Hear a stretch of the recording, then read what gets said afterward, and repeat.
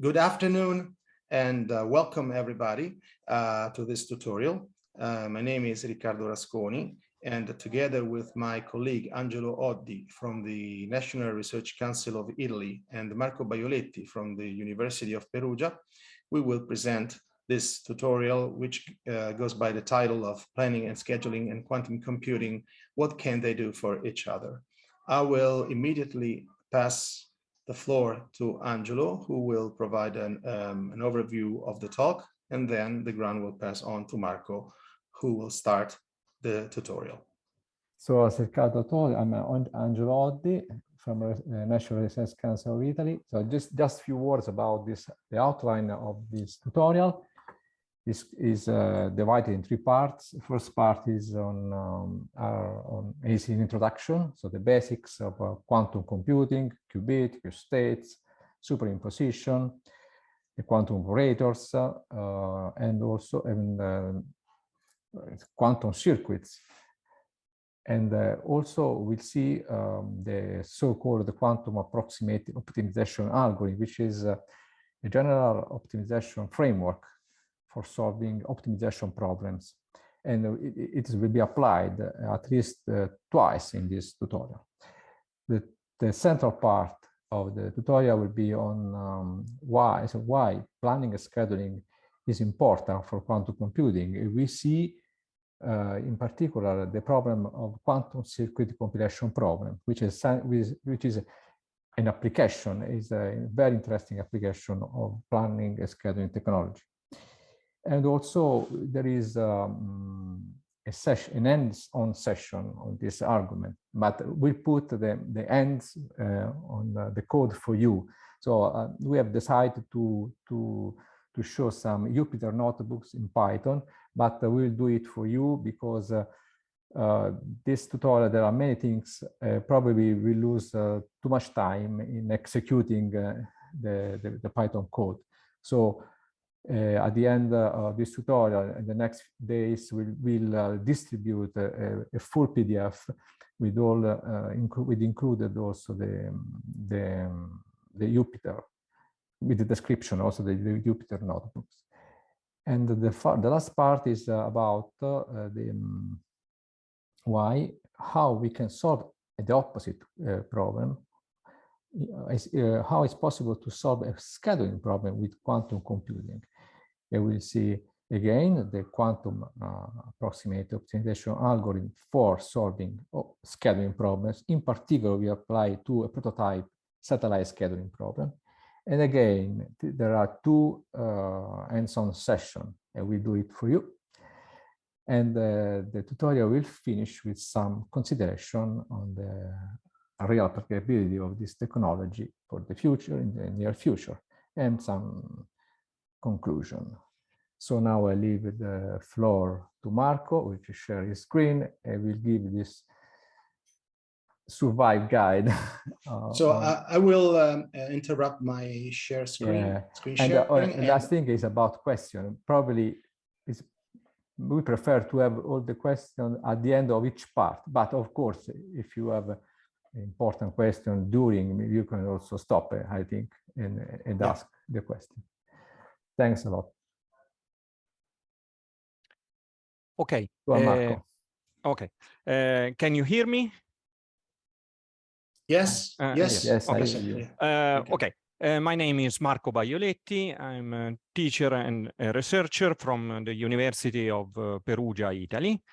I'm going to give you a short introduction to quantum computing, which I hope it will be helpful for the comprehension of the other two parts of this tutorial.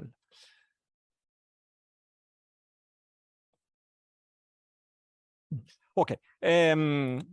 As everybody knows, quantum computing is a relatively a research area in which the aim is to build and use quantum mechanics to improve existing classical computers. The idea was given by Richard Feynman who observed that in order to simulate quantum systems in an efficient way, also the computer should be built using the rules of quantum mechanics. It's known that quantum computers can solve some problems faster than classical computers. The most famous example is integer factorization. This problem is probably unsolvable in polynomial time with classical computers, but using quantum computers, it is possible to solve, to factorize an integer in polynomial time with high probability with the Shor algorithm. Quantum computers, wherever they are built, work in a completely different way with respect to quantum computers. For instance, it is not possible to copy information in a quantum computers. And this is very strange because assignment is one of the basic operation in classical computers, in classical computing. Anyway, in the near future, we expect that quantum computers will not replace completely classical computers. In particular, we expect that we will have a combination of quantum and classical computers. The classical computers will perform input and output operation. They will perform storage operations, and quantum computers will be used just as a coprocessor, a sort of quantum processing unit, which will be used for particular tasks. There is a lot of excitement about quantum computing. The reason is that for computer scientists, there are many opportunities for doing research. For instance, design a new algorithm. You cannot just take an existing algorithm and put and use this algorithm in a quantum computer. There will be no advantage. You should rewrite completely algorithm for this new computing device. There are also opportunities to do research on programming tools.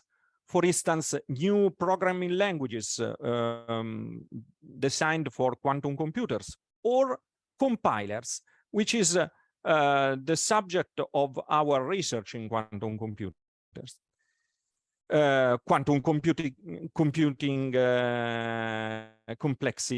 complexity classes. For instance, it is not known how large is the class BQP, which is the class which contains the problems which are solvable in polynomial time with a quantum computer.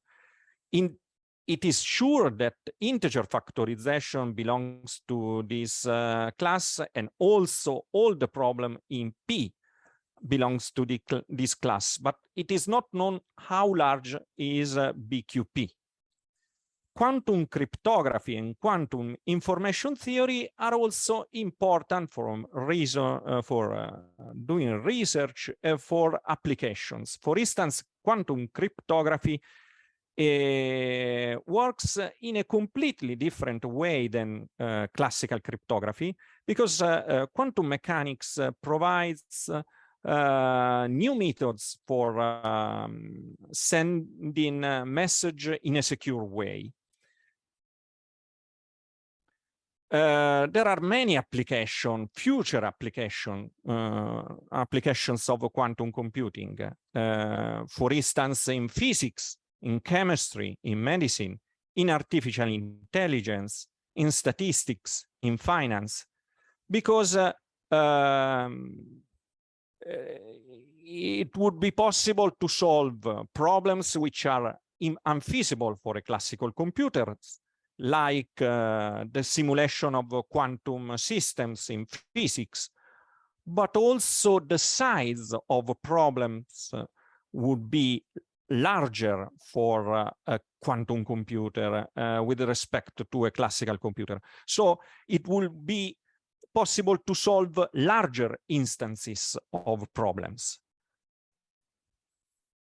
There is a term, quantum supremacy. Quantum supremacy means that the quantum computer is able to outperform classical computers.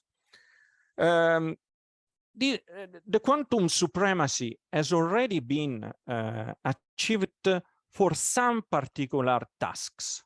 For instance, to obtain results from a quantum circuit. This, of course, it is easy to do with a quantum computer because a quantum computer is itself a quantum circuit, but this is very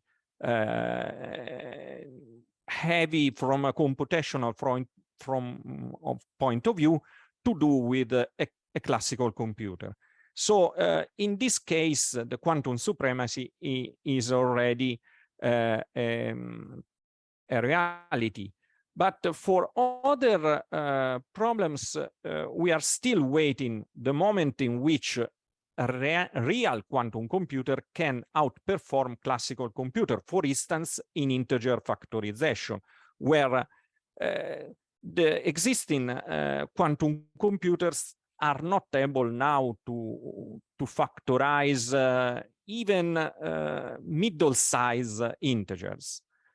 There are many architectures now for quantum computing. I just list the most famous: IBM, Rigetti, Google, Xanadu.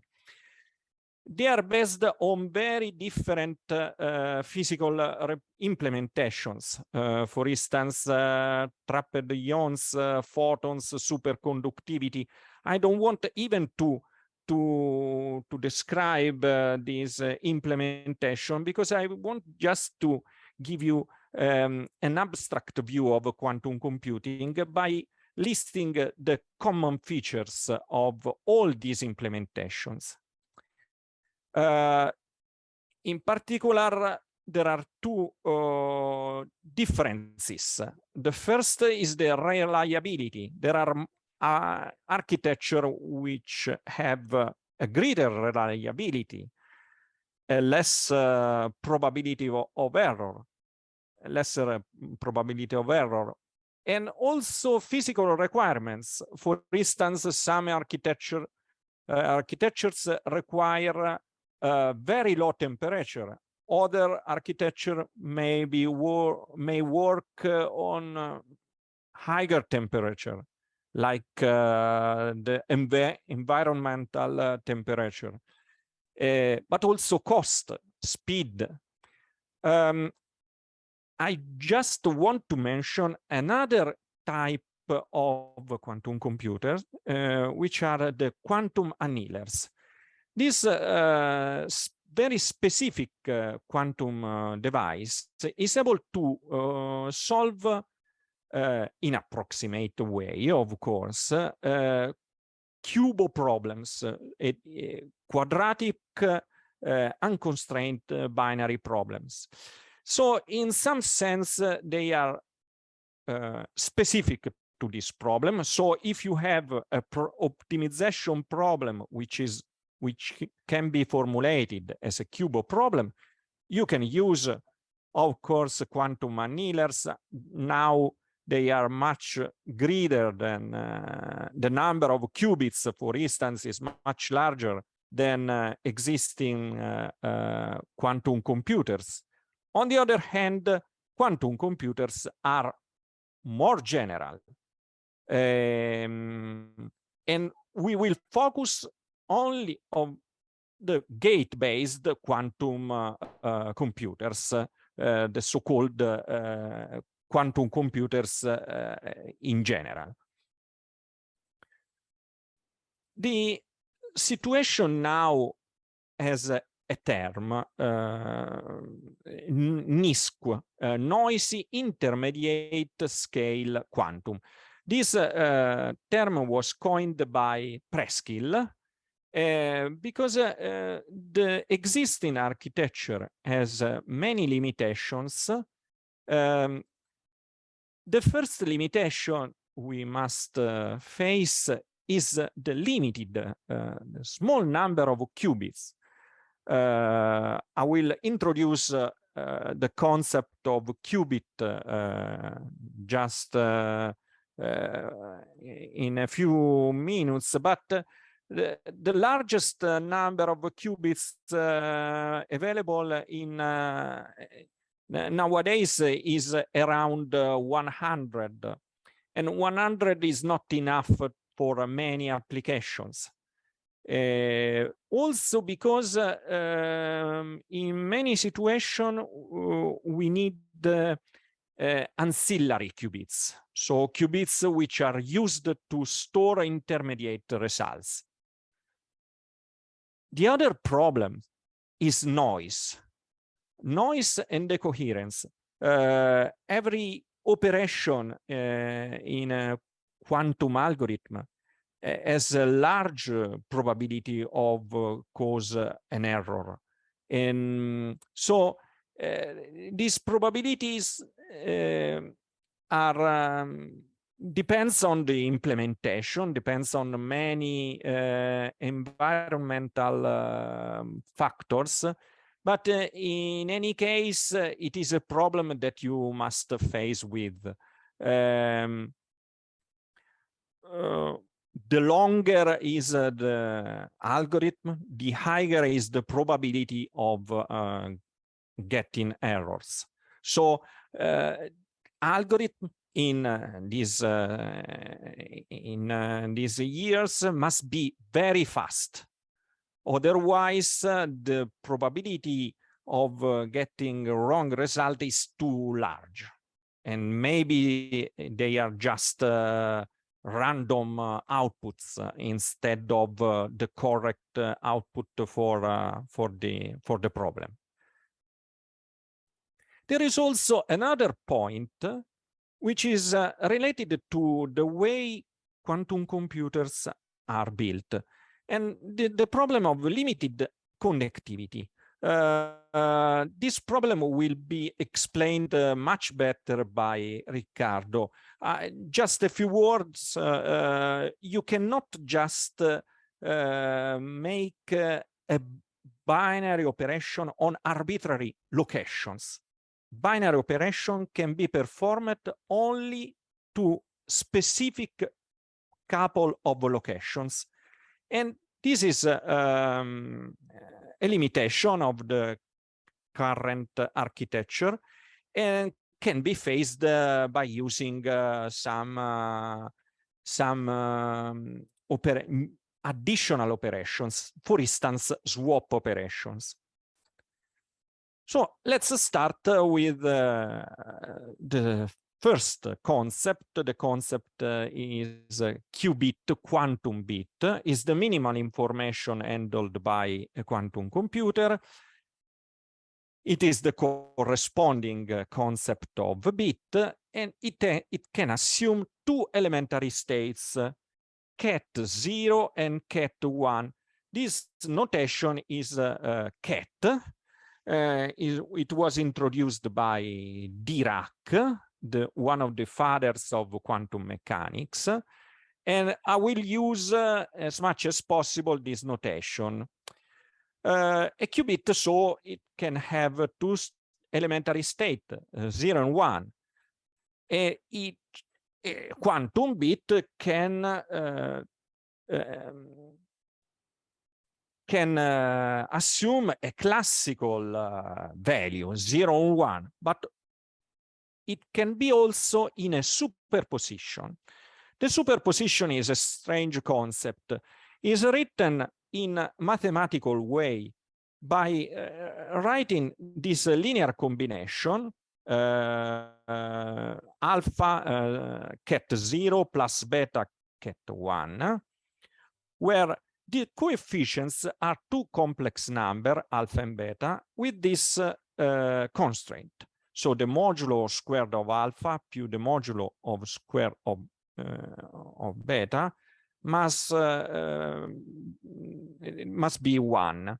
This is a normalization constraint. It's very difficult to imagine a superposition with complex number. In all the examples, I will use real numbers, positive real numbers, but you must understand that quantum mechanics requires that this coefficient must be complex numbers. This is a superposition, a square root of 1/3, 0, plus square root of 2/3, 1. What does it mean? It means that this qubit is at the same time 0 and 1.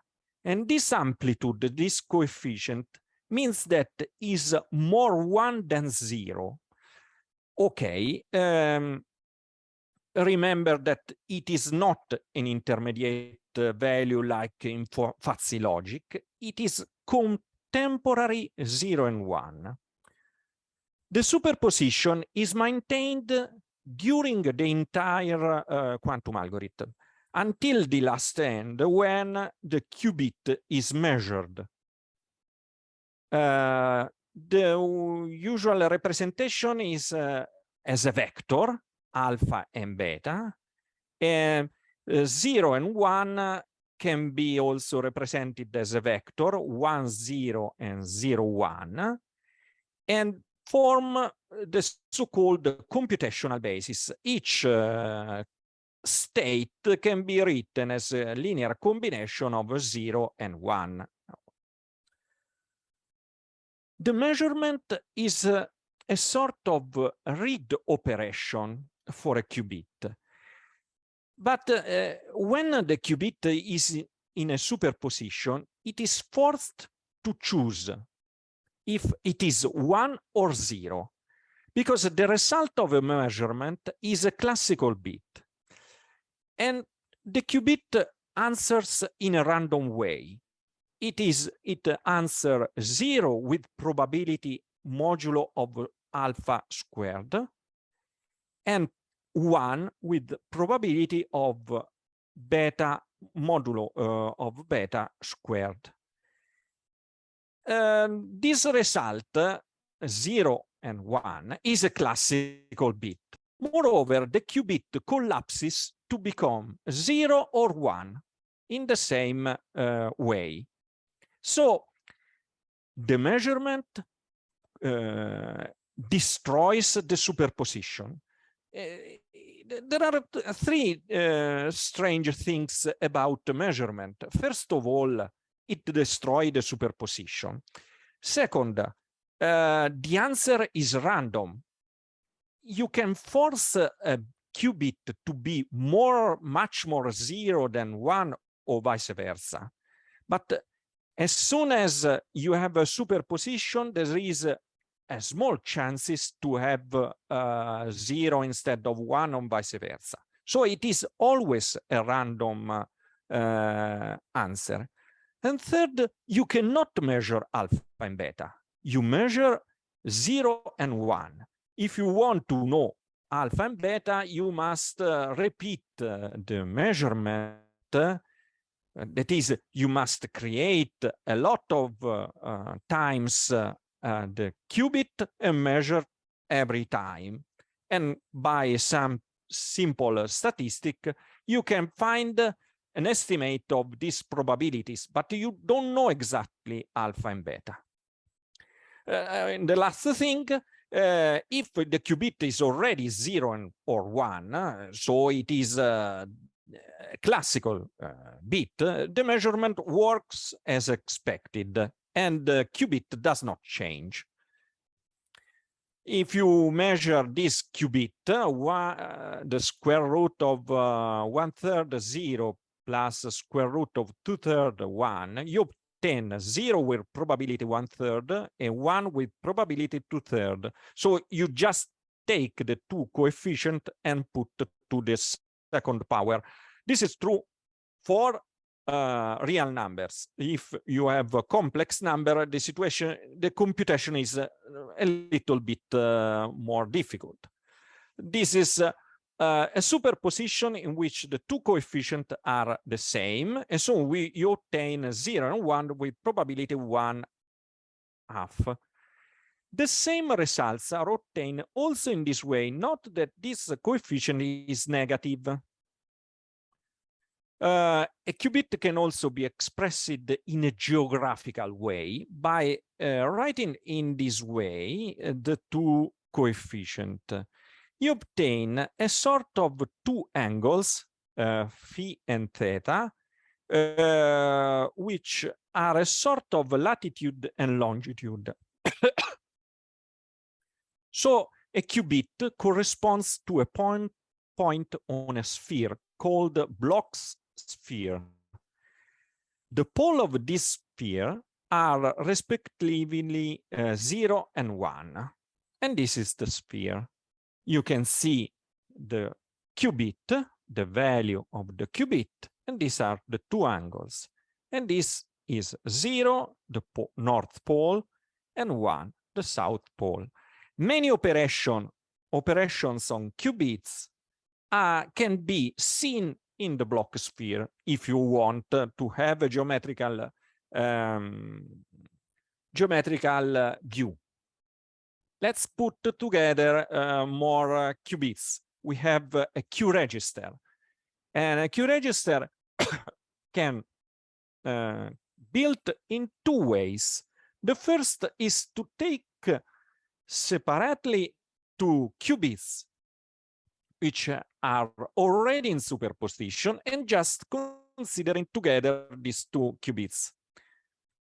We obtain a mathematical operation called tensor product.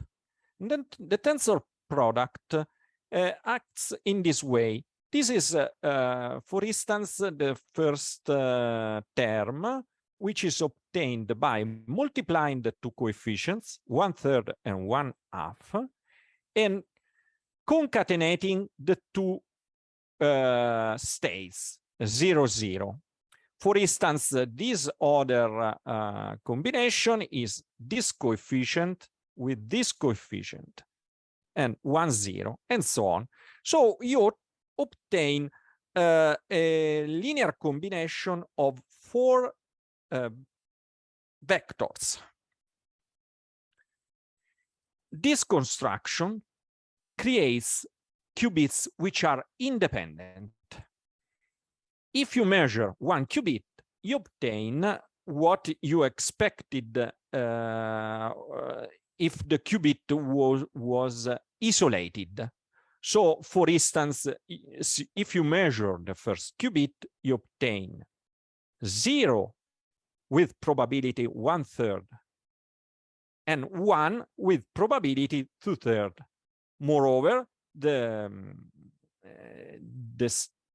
quantum register collapses in this way or in this way. Note that we have exactly the coefficient of C2. The same happens if you measure the second qubit. But there is also another construction, and the other construction creates directly the superposition among the 4 possible elementary states, 0, 0, 0, 1, 1, 0, 1, 1. For instance, this state takes as a superposition 0, 0, and 1, 1 with coefficient 1/3 and 2/3 under the square root. This situation does not correspond to tensor product.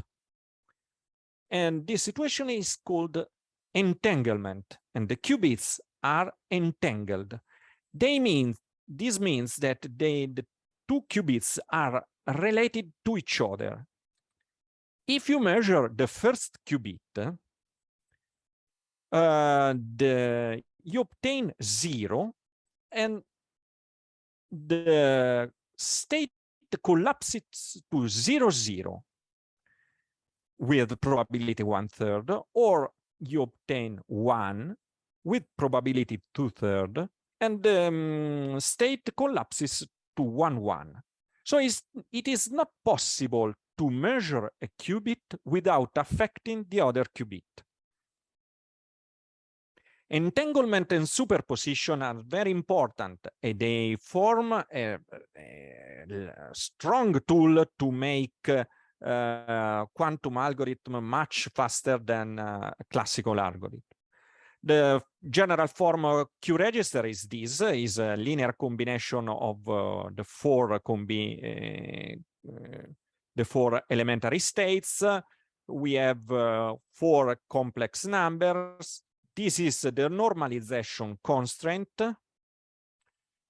And a Q register, of course, can be written as a vector of 4 complex numbers. The 4 combination can be associated to 4 vectors, which are the basis for the Q registers of 2 qubits.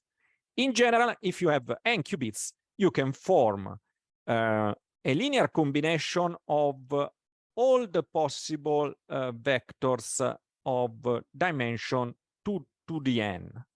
So the number of terms increases in an exponential way with respect to the number of qubits.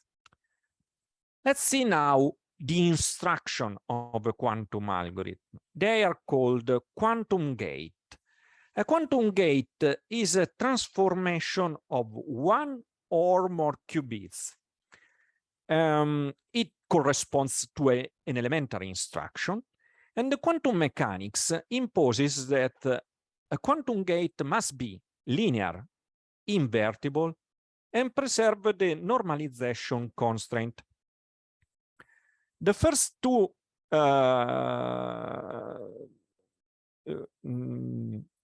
properties are easy to understand. The third is just a technical point, because when I apply a transformation to a qubit, I want that the result is also a normalized qubit. The mathematics behind these properties tells us that a gate should be represented as a unitary matrix. Okay, let's start with an example. The most simple example of quantum gate is the X gate.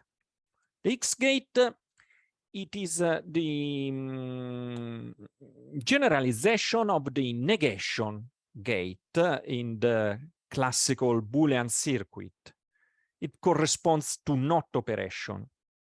So x applied to 0 is 1, and x applied to 1 is 0. By linearity, if you apply x to this superposition, you obtain this result. With some algebra, it is easy to see that you arrive to this situation, and not that you have the 2 coefficients which are exchanged. So alpha, which was the coefficient of 0, now is the coefficient of 1, and vice versa.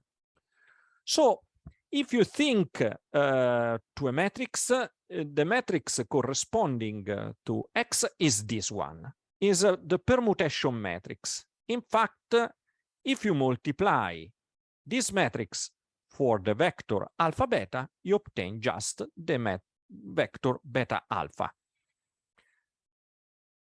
Okay, note that this column represents 1 and this column represents 0, and these are the outcome for the application of x to the first vector in the basis, and this is the outcome of x to the second vector in the basis. H gate, the Hadamard gate, this is very important. It has only a representation as a matrix. If you apply H to 0, you obtain a superposition of 0 and 1 with the same coefficient. This vector is called plus. And if you apply H to 1, you obtain this other superposition with minus in here. And this is called ket minus. Ket plus and ket minus form an alternative basis for qubits. It's important because H can produce a sort of for loop in some sense. The Z gate is useful in, for instance, for QAOA algorithm. And the other property is that 0 and 1 are eigenvectors of Z. So Z applied to 0 is 0, and Z applied to 1 is minus 1. So the corresponding matrix is 1, 0, 0, 1. There is also a Y gate. Y gate completes the three Paulis gates, X, Y, and Z. It is not very interesting for this tutorial why, except that it is also useful for QAOA. But it is difficult to explain what why does in a few words. Rotation gates. The rotation gates are important because they are used in QAOA and many other quantum algorithms, and they rotate a qubit in the Bloch sphere of theta radians with respect to the corresponding axis. For instance, Rx rotates the qubit around the x-axis, and the other does the equivalent on the other two axes. They can be written in this way as exponential of the matrix multiplied by the angle divided by 2 and the imaginary unit. But they also can be written in this form, which is simpler for the computation. Okay, let's see the two qubits gate. The most important qubit gate is 6, controlled knot. It operates on 2 qubits. The first qubit is the control qubit, and the other is the target qubit. If the control qubit is 0, nothing changes, and the 2 qubits remain the same. So 600 is 00, 601 is 01. If the control qubit is 1, the control qubit remains the same, but the target qubit is inverted. So 1 becomes 10 becomes 11, and 11 becomes 10. It can be written as a matrix 4 by 4. Another important two-qubit gate is swap. Swap exchanges 2 qubits. Remember that you cannot copy information in a quantum circuit, but you can swap information. So you can swap the content of 2 qubits. it's important to know that a swap can be written as a combination of 3 controlled knots in this way. If you do some algebra, you obtain the result. Let's finish with the 3-qubit gate. Is a Toffoli gate. Toffoli is a double controlled knot. It has 2 control qubits and 1 target. If the 2 control qubits are 1, the target is inverted, while the control qubit, as in the controlled knot, remain the same. So 1, 1, 0 is mapped to 1, 1, 1, and 1, 1, 1 is mapped to 1, 1, 0. All the other combinations remain unchanged. It is important because the Toffoli gate can be used to implement every operation in a classical circuit. So you can implement a classical circuit in a quantum with quantum gates by using a certain number of Toffoli gates. The Toffoli gate can be translated as a combination of several 6 and unary gates. In general, this is true for all the gates which operate on more than 2 qubits. So an architecture does not need to have ternary or quaternary gates. It's sufficient to have 6 and unary gates. Moreover, we can restrict the number of unary gates. For instance, it's known by the theory that H, S, and T are other unary gates, are universal for unary gates. So every unary gate can be represented as a combination of these 3 gates in approximate way.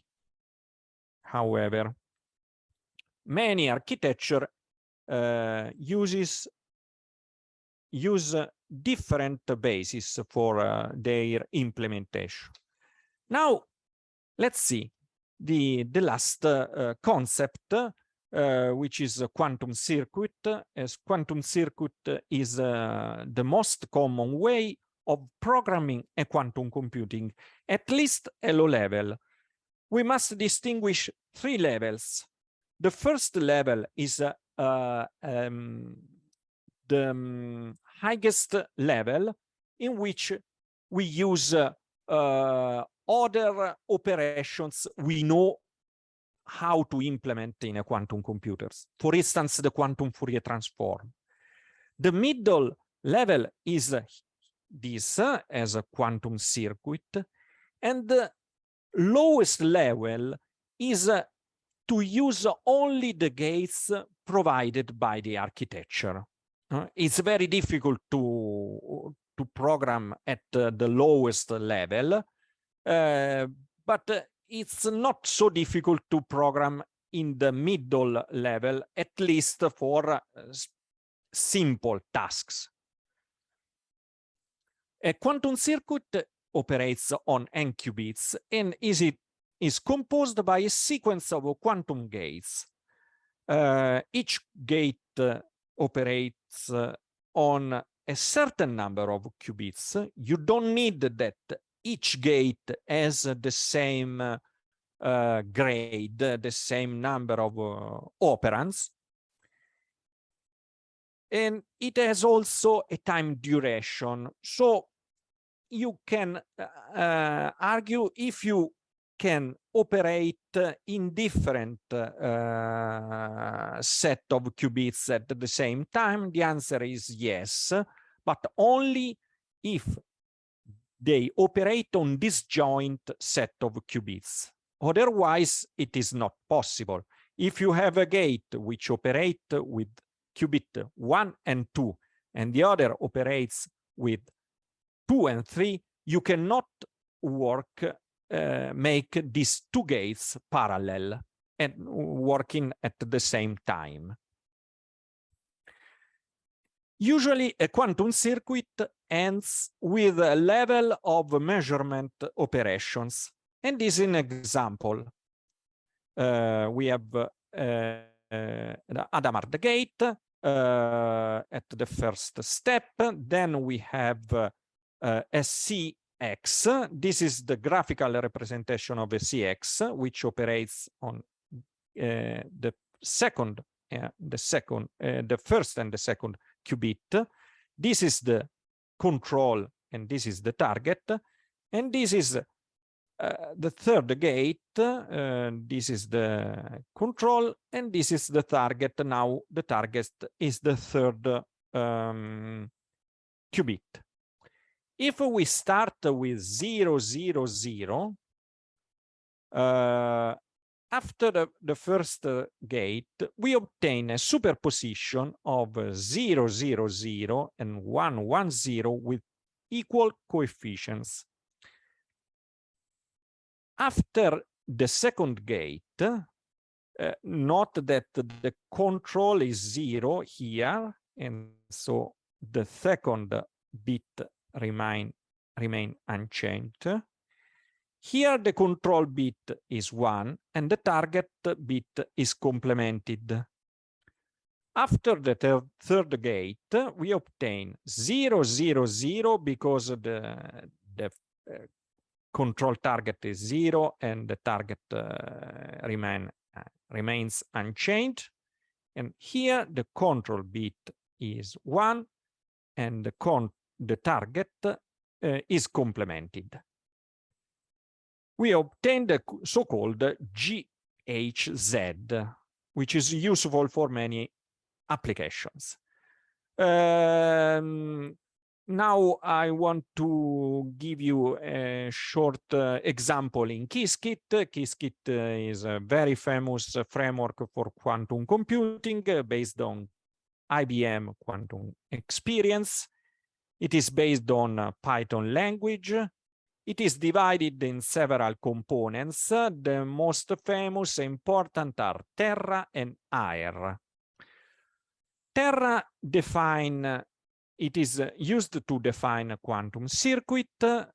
You can also define new gates. You can read and write circuits with a specific format, QSM. You can combine circuit, and you can also draw circuits. Aer is used to run circuits or algorithms or real devices to simulate on ideal or real-like virtual devices. You can customize virtual devices by deciding parameter of simulations. You can collect and analyze the result of the execution. Let's try Qiskit. Now I will move to Qiskit. Okay.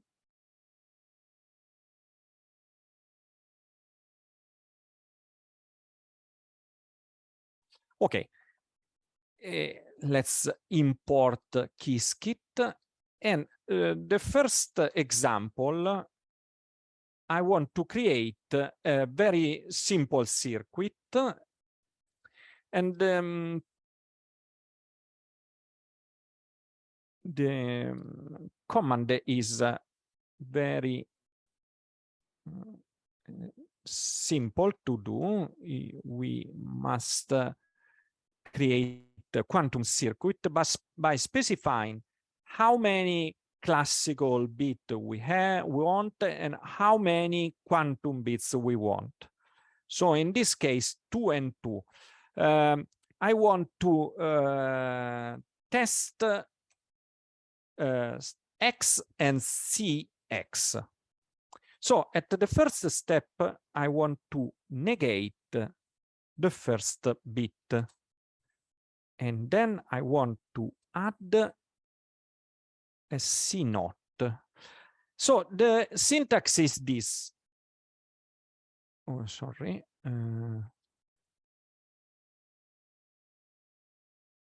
Okay.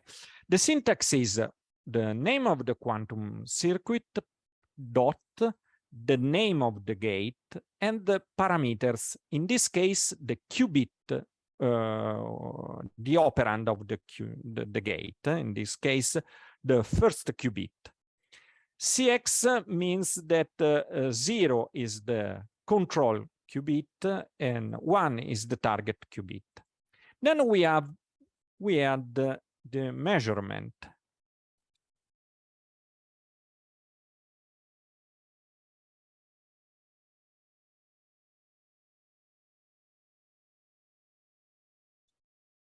Okay, let's draw the circuit.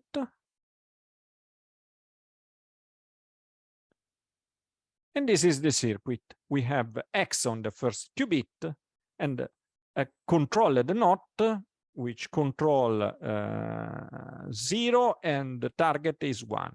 And then we measure the first qubit and we obtain a first classical bit and the second qubit and we obtain the second classical bit. Now we import AR and we use a simple simulator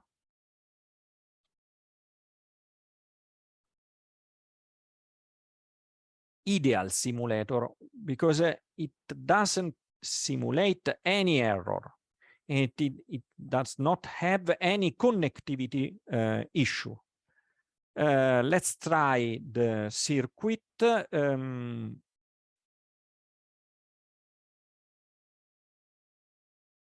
We use the method run, which takes two arguments, the number, the circuit to simulate, and the number of simulations. And then we write, we want the result of the simulation. Then we obtain the statistics of the simulation. And in this case, we don't have any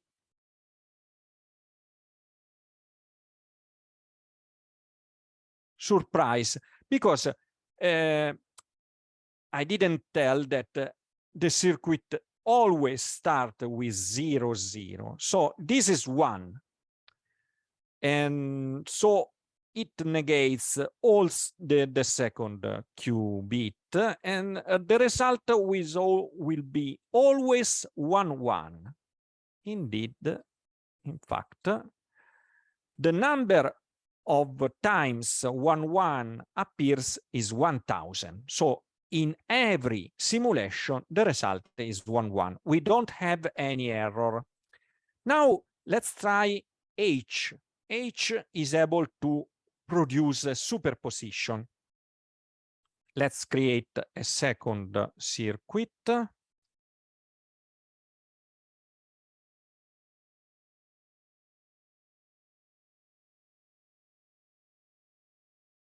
Again, with 2 qubits and 2 classical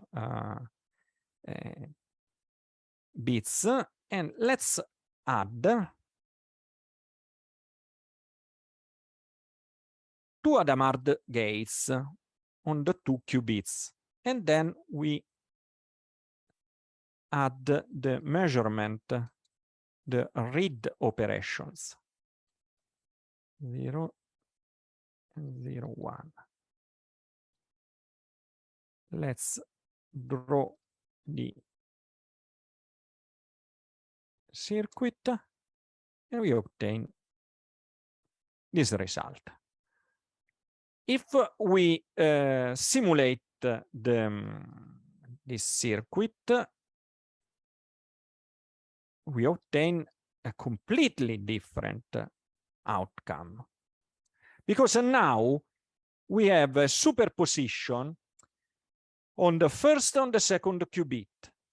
And if you do some computation, you will arrive to the state in which we have a superposition on 0, 0, 0, 1, 1, 0, 1, 1 with the same coefficient. So the result is simple. We have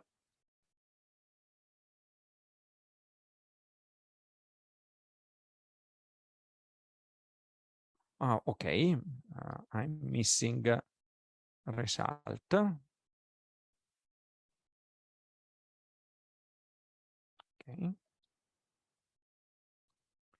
And now we have 1, 1, 1, 0, 0, 0, 0, 1, which more or less the same frequency. It is not exactly the same, but very close to 250. Let's try the last example, and then we make a first pause. I want to create an entanglement, and this way I will create a circuit similar to what we saw in the sorry, Qiskit. Okay.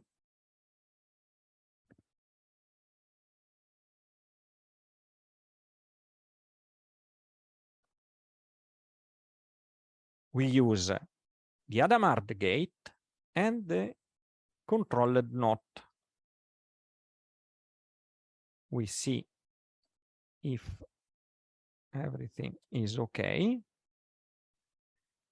We have just 2 qubits and 2 classical bits. Now I'm missing the measurement. I add the measurement.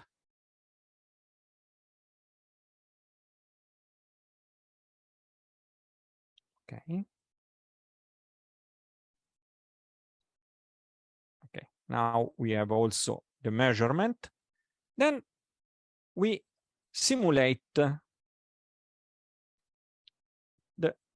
circuit number 3 again with 1000 shots. Let's take the counts, the statistics of the simulation.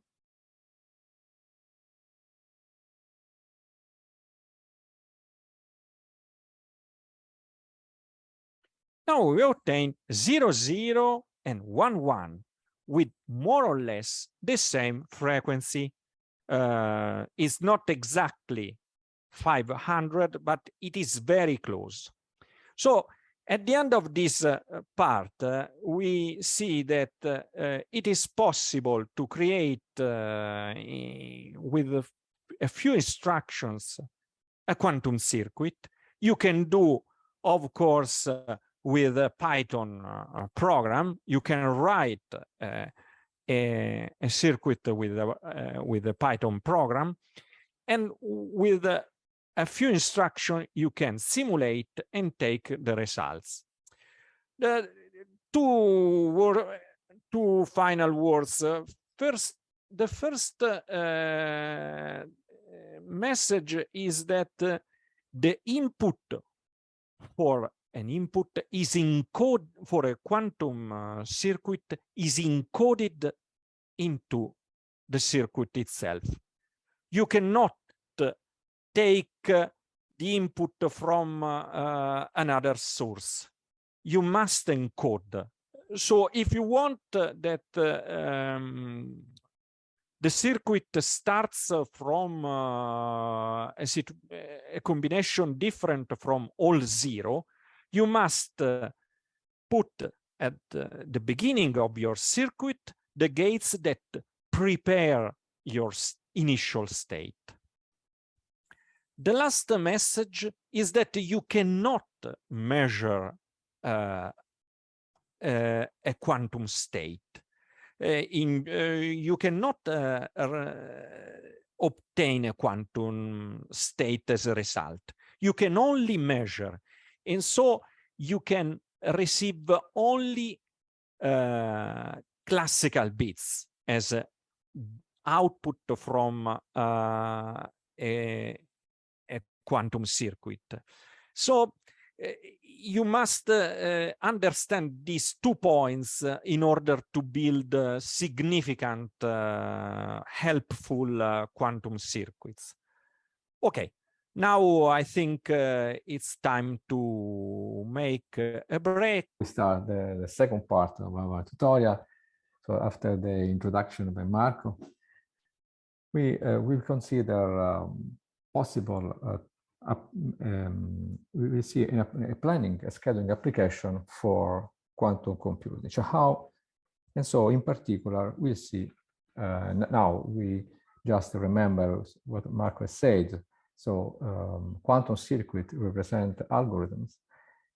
And so the execution of an algorithm means the execution of the circuit on a quantum processor, on a quantum backend. So in this case, we have a representation of a quantum circuit, and there is on the right a quantum processor, 8-qubit processor, and the edge, this is a graph, and the edge represents the physical gates. So we can execute the gate only between the qubits connected with the edge.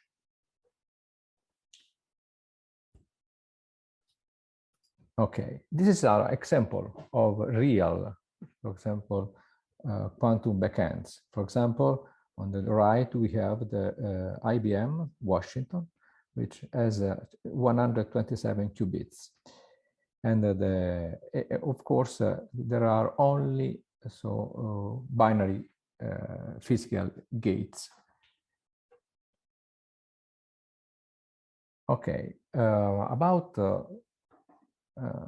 has this part of the tutorial is about compilation. There is some reason to compile a circuit. The first one of the reason is the issue of decoherence. As we said before, decoherence means the quantum state of a qubit is lost. This is due mainly to 2 different reasons. One is natural relaxation of the quantum state. The other one is the interference with the quantum system with the environment. And if you go in details in quantum, for example, you see the data sheet of the quantum processor. Each gate has this time. For example, the T1 coherence time is the time constant related to the natural relaxation of the quantum state. Instead of the T2 coherence time is the quantum state, is the constant time related to the loss of the quantum state due to the interference with the environment. This time are of the order of the microseconds. This is just to have an idea. And so why we did so in general, the less is the duration of the quantum circuit, the better is because there is the problem to the coherence is a serious problem. If you lose the coherence of the circuit, we cannot measure the results. The second reason to compile is to consider the fact the quantum processor have a limited, is not completely connected. So we can only execute quantum gates between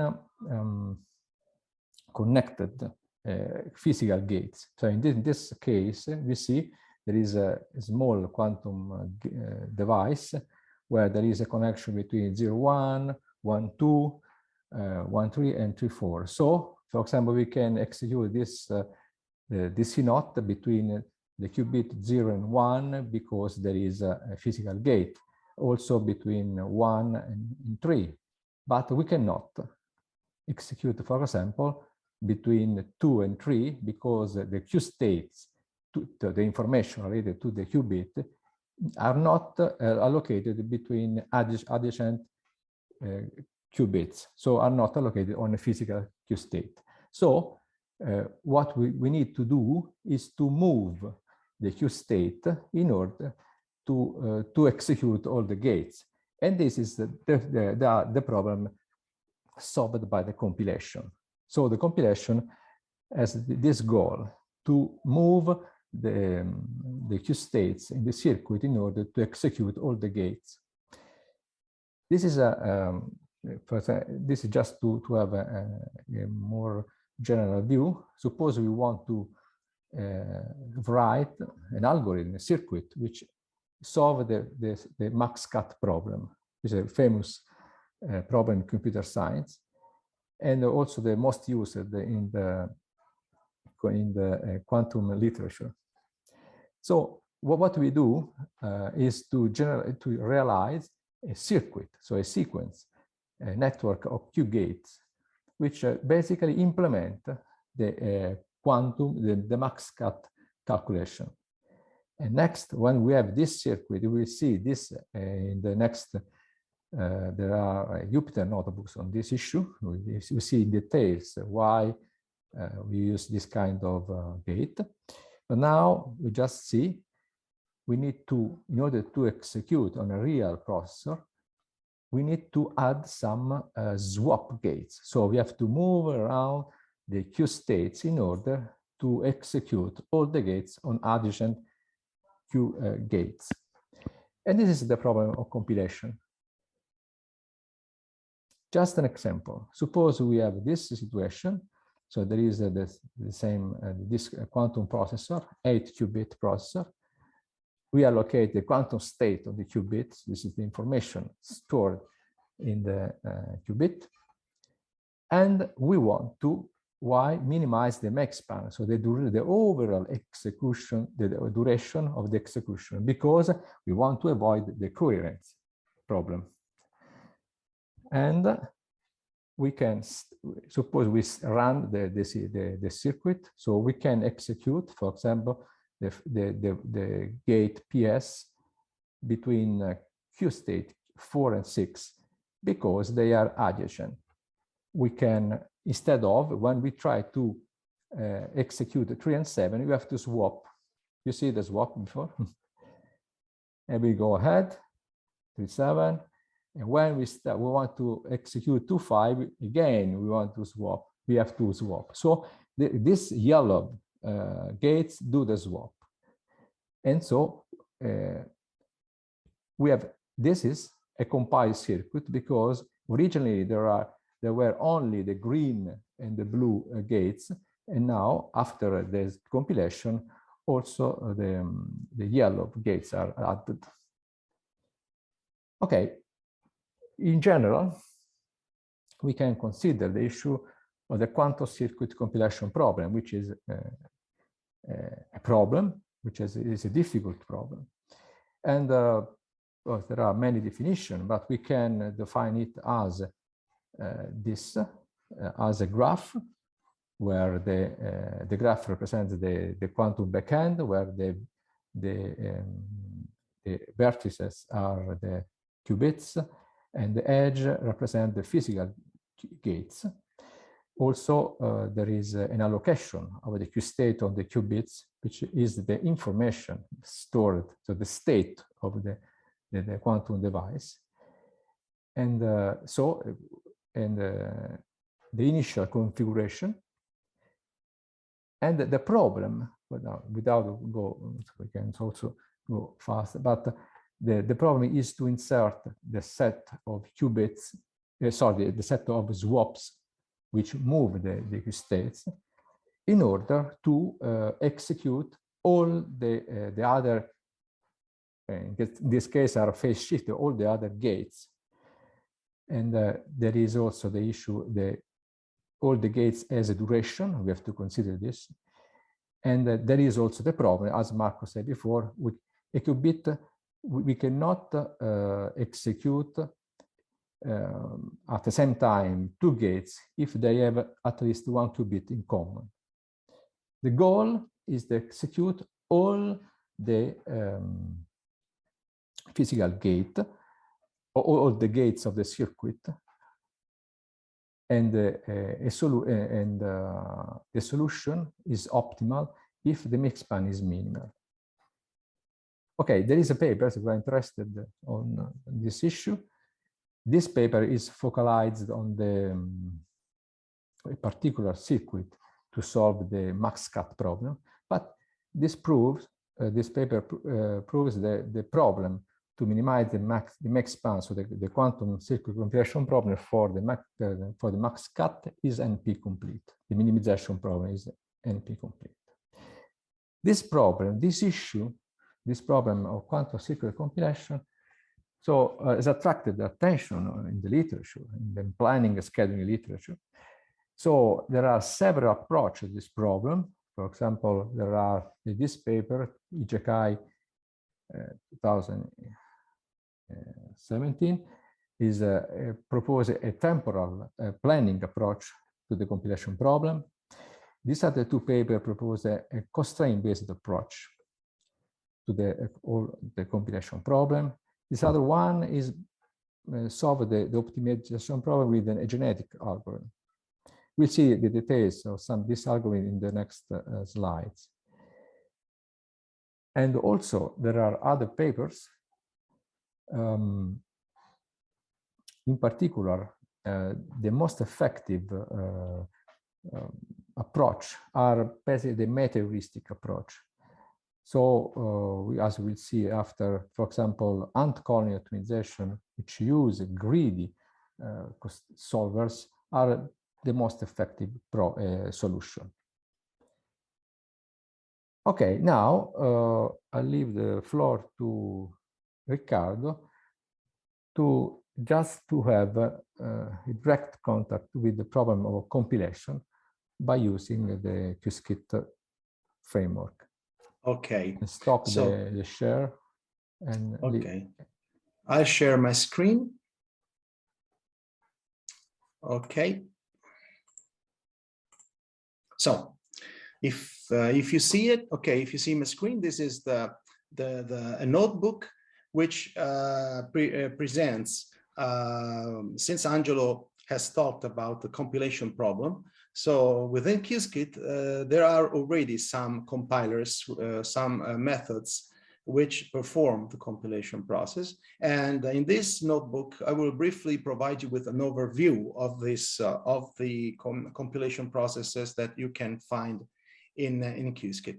First of all, I would like to underline the fact that Qiskit not only allows you to perform the compilation problem, but it provides you with a sort of a lot of methods that help you optimize in other ways the circuit before you run it in the platform.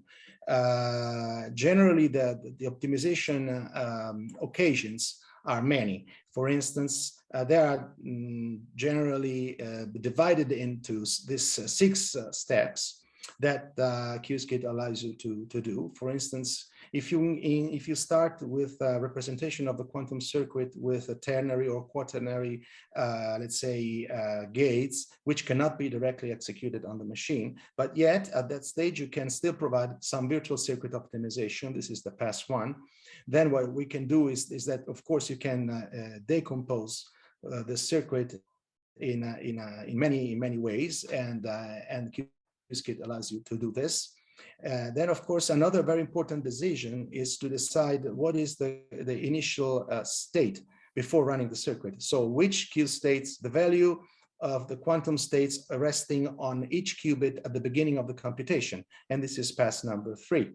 And the pass number 4, which is routing restricted, unrestricted topology. This is the compilation problem that we are talking about. Okay, the one we are generally more involved into. Then, as a final, last final step, pass 5, we can translate into the native gates that will be directly, the circuit into the native gates that will be directly run on the machine, executed on the machine. And just before running, we can perform some last physical circuit optimization. For instance, we will see later an example of that, like deleting two CNOTs if they are together because they have opposite functions, so they can be deleted, and so on. But without further ado, okay, I will run this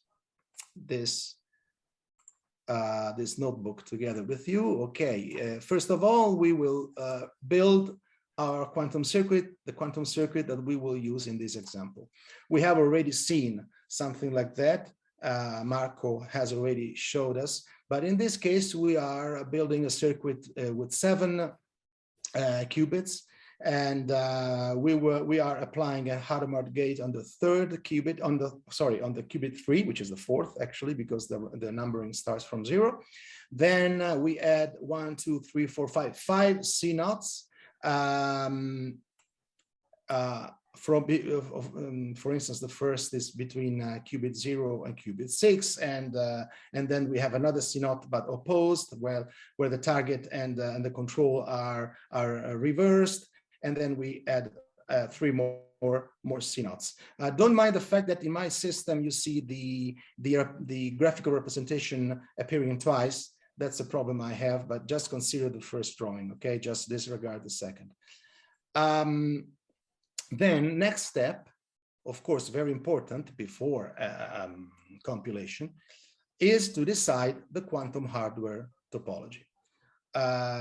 In this particular case, we have, as you can see, 7 qubits connected linearly. Okay, this is a very unusual topology, but I chose this just to show the importance of an efficient compilation process. So what we do here, we decide the topology importing the Python library, which allows you to build graphs. We decide the topology and we draw it. And this is what we do. Of course, every time it's different, but the topology is still the same. Then we have to prepare the coupling map. The coupling map is the data structure that Qiskit uses to store the topology that we have decided by running the graph. Okay, so the coupling is the same, and the coupling map, we have to inform Qiskit about the coupling map that we decided. Sorry, this is the coupling map of the graph that we have just seen. And then finally, we can run the first compiler that is within Qiskit, which is the basic swapper. The basic swapper is a very basic compiler, as the name says. It's just it takes every binary gate, which normally are CNOTs in our case, one at a time in order of appearance, let's say, and inserts all the swap necessary to make them executable, exactly in the same fashion as Angelo showed us before. So this is the code. So what happens is that we have to load the transpiler, the pass manager, which is this Qiskit object, which does this. We define the basic swapper object, which is BS, and we use it as a parameter for the pass manager here.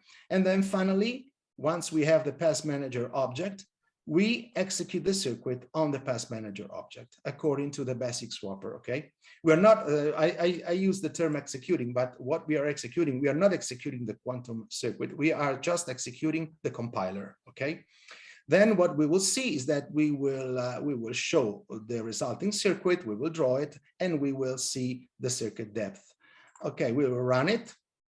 Okay, the depth is 15, and eventually we should see, okay, the drawn circuit. Okay, this is the circuit. As you can see, to the original circuit, some swaps have been added. This gates here, if you see my cursor, this is the representation of the swaps, the representation chosen by Qiskit, but just for your, I could decompose the circuit before drawing it, and what I would see is that the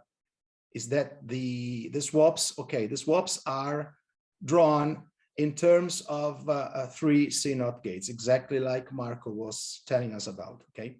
But in this case, okay, just to make things shorter, I left the original representation that Qiskit provided me.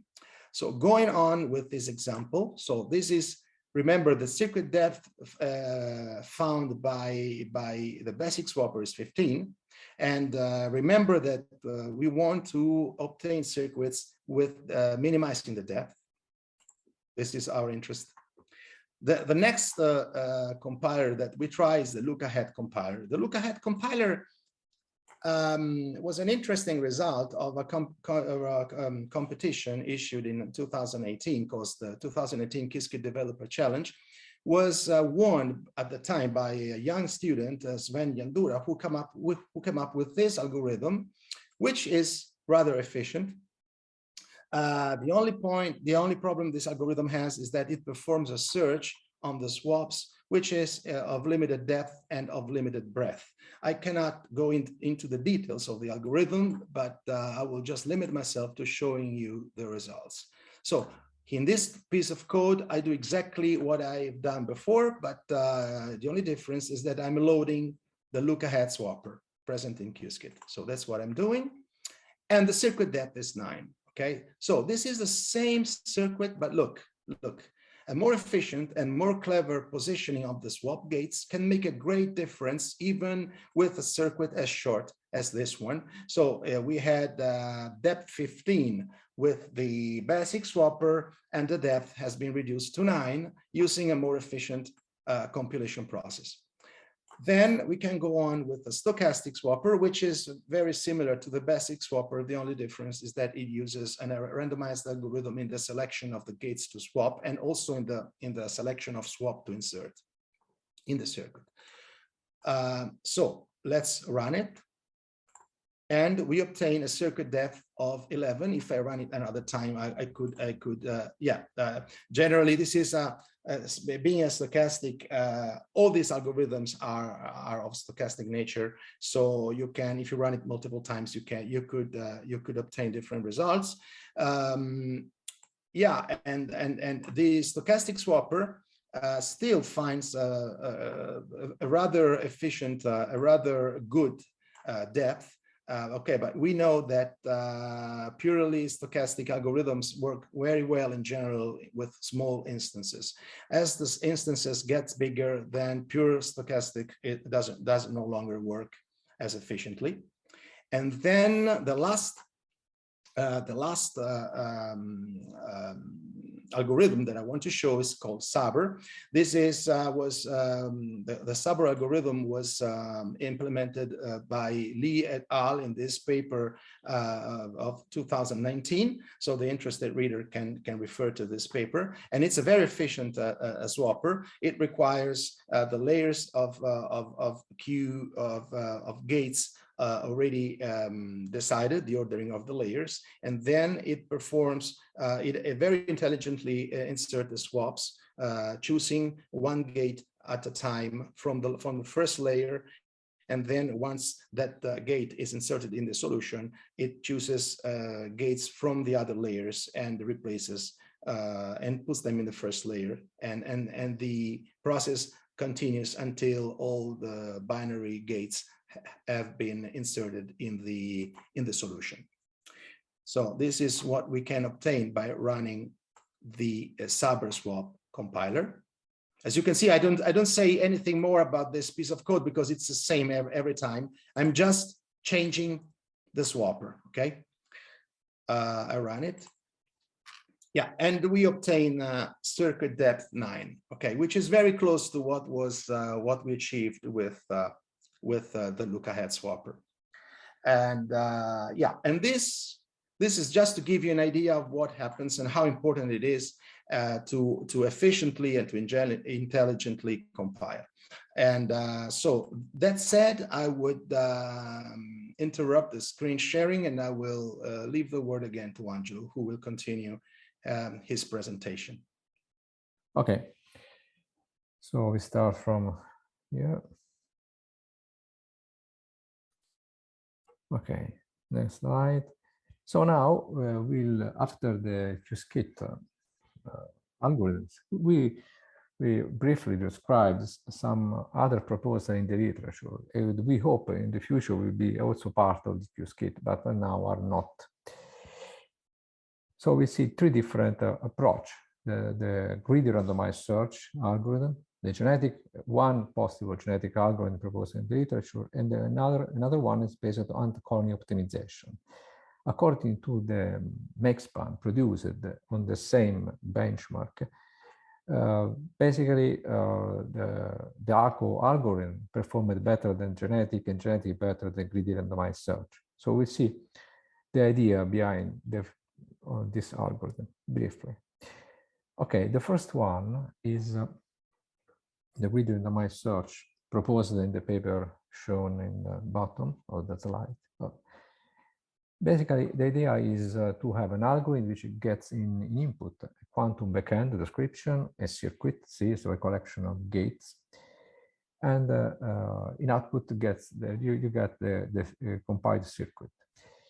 The idea is quite easy. So the greedy randomized search repeats for a number of times a procedure called the find feasible plan, which basically gets a solution and iterates for a maximum amount of time t and return the best solution found.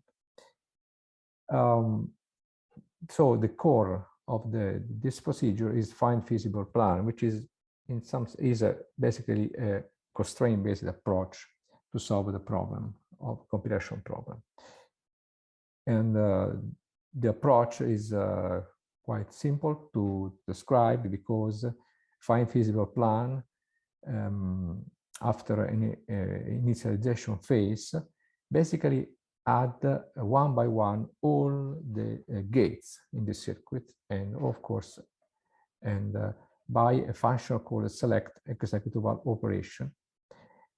And so, and of course, also in addition to the, for example, the PS and mix operation adds also the swap gate.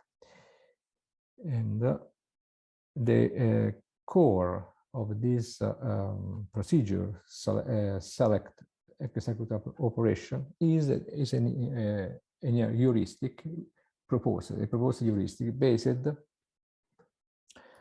on the concept of distance.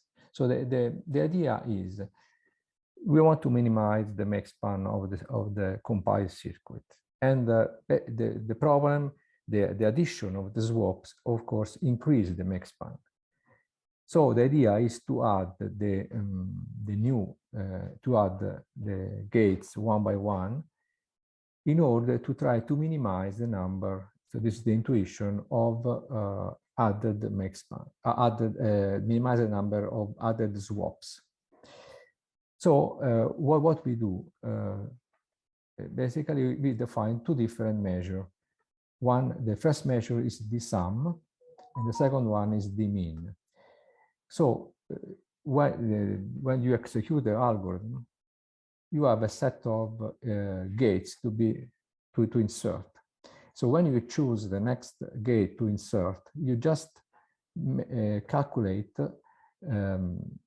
the distance of this gate for each gate to be inserted. You have to calculate how many swaps you need to execute the gate respect to the current state. So in this case, when you add a new swap, a new operation in the circuit, you try to estimate. You put the one which try to minimize the total sum of the needed swap. And we calculate this for all the remaining operation, and also we also consider the minimum of this measure. So in this case, what is the rationale? When we calculate this sum, we basically try to reduce the average distance of all the remaining gates. Instead of when we consider the mean, we just try to minimize the shortest distance. So, and we combine this in a way to, in a pair of measures. So we consider for each operation, we consider the pair, the sum, and the mean. And we rank all the operation in this, which have to be inserted in a lexicographical way. So respect to two different measures. And so each time we introduce in the circuit the gate with the minimum value of this measure delta, which is a pair of values. First, the first key is the sum, the second key is the mean. So if you rewrite the greedy randomized sampling, we repeat many times the fine feasible plan in non-deterministic, in a random way. So this means we select each time we run this, each time we select the operation, we pick the one with the minimum value, the sum star, the mean star. In case there are many, there are more than one, we pick one of these at random. So in general, each time we run fine feasible plan, we find a different solution, but the operations are selected according to the heuristic we have proposed. Okay, and this is okay, the first proposal. The second algorithm we want to briefly describe is the genetic algorithm. And this genetic algorithm is basically uses the connection between this algorithm and the previous one. The genetic algorithm uses the previous greedy algorithm for decoding the solution. So the approach is quite classical, we say. So we have a population of a solution. Each element of the population has a chromosome. So basically, what we do as a first, the main cycle, we just generate the best the best element in the population. And next, we go in the evolution phase of the genetic algorithm. This is quite classical. So we apply the selection and the crossover operation, which is, I think, well known. And next, the mutation operation. So we, after these steps, we have a new population, and we go ahead until there is some termination condition. So behind the genetic algorithm, the interesting thing, how we represent with a solution. What about the codification? So you remember before, we have used within the greedy randomized search a heuristic approach to rank the possible operation to be inserted in the circuit, the compiled circuit. So each cycle we apply this heuristic, we have so the eligible operation as an order. Okay, and we in the greedy randomized search we pick the best one, the first one. Okay, here we propose a simple idea. The chromosome has a number of elements which is equal to the size of the compiled circuit. And so it contains number. A number means, for example, in this case, here, the number. So in this case, say, when you arrive, you have to select the fifth operation. You have to pick not the best, but the third best. So with the chromosome, we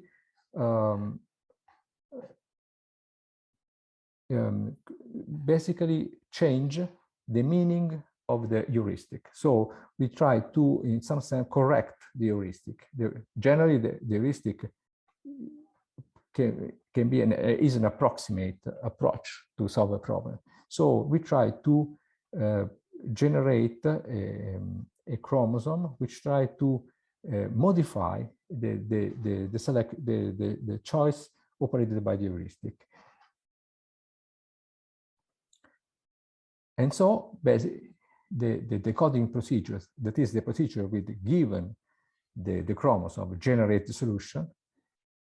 What they do, they just run the ranking heuristic in the greedy randomized search, but instead of to pick the best one, they just read the chromosome in position I and say, okay, instead of to pick the best, I pick the element in position given by the chromosome. Of course, the chromosome is updated during the search, and so can produce some correction on the heuristics. And this is exactly what happens. So the chromosome, we read the chromosome, the code, and one by one, we generate the final solution. Okay, and this is the approach. The third one, the third approach instead of, is the ant-colony optimization. This is also, this procedure is based on the core procedure used in the greedy randomized search. So the greedy procedure is always the same, but change the meta-heuristic case. Just want to remember to you the ant-colony optimization approach. You remember there is a evolutionary population-based approach. So in this approach, we have a set of ants. The ants, each ant is able to generate a solution, and the ants communicate through the pheromone. This is the metaphor. So ants can exchange information about the good solution through the pheromone, which is a mechanism where they communicate. So the meta algorithm is this one. We start to initialize the pheromone values, so the way the ants communicate. And so we have a first cycle where we go ahead, we have, for example, a number of ants which build a number, the same number of solutions, one for each ant. And we use the build solution procedure. We'll describe the next slide. After this, we update the pheromone values on the basis of the solution found. And when we finish, we return the best solution found. The results are described in the paper shown at the bottom of the slide. Okay, build solution is the procedure with each ant used to build the solution. And basically the idea is quite simple. It produces solution by starting with an empty solution and starting from time t, 0. For each time, we add the gate one by one, and the one by one until we compile, we arrive to we generated the full circuit. And the choice is done by the select eligible gate procedure, which is basically the core of this procedure. Sorry.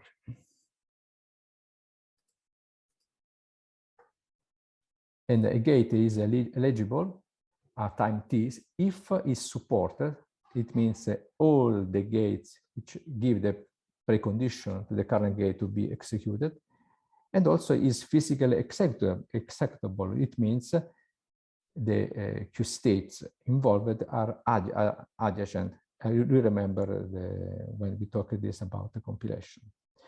In case no operation can be scheduled, we just increase the time by 1 and go ahead until we arrive to a solution. Some of these ideas are proposed in this paper. We have also inserted some ideas from this paper, Chand 2019, which is described in the reference section. Okay, so Again, the select eligible gate procedure works in this way.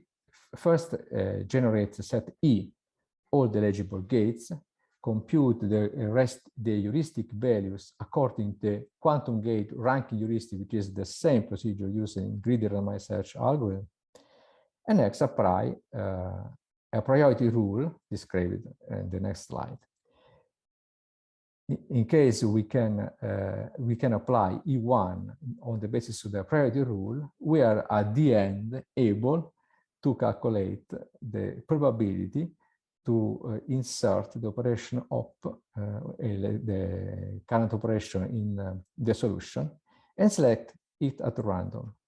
So in other words, we are able to calculate the pheromone values. So this is just to remember, this is the procedure before.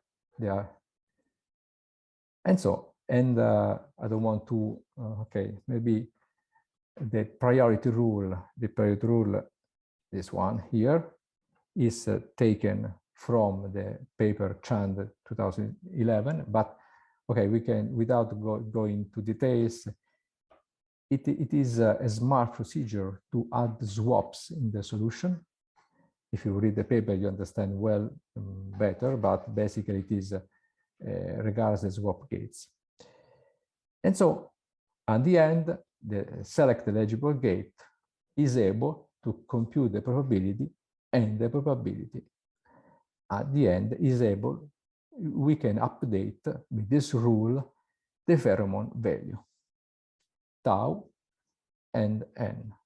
This is a quite classical schema, but this procedure works very well in the benchmark introduced in the max-cut benchmark introduced in the literature, and was quite effective. And we'll see this. Also, before we end this this part of the tutorial, we want to give you we answer a question, but what about, we saw the compiler in Qiskit, and these are a set of compilers. So how they compare each other? Okay, without describe the details the benchmark, but on some benchmark produced not on the max-cut problem, but for the graph coloring problem, which will be described in the third part of the slide. The only thing we can consider, we are talking about a circuit with 21 qubits. Okay, and here, and according to some codification, will be described for the circuit in the third part.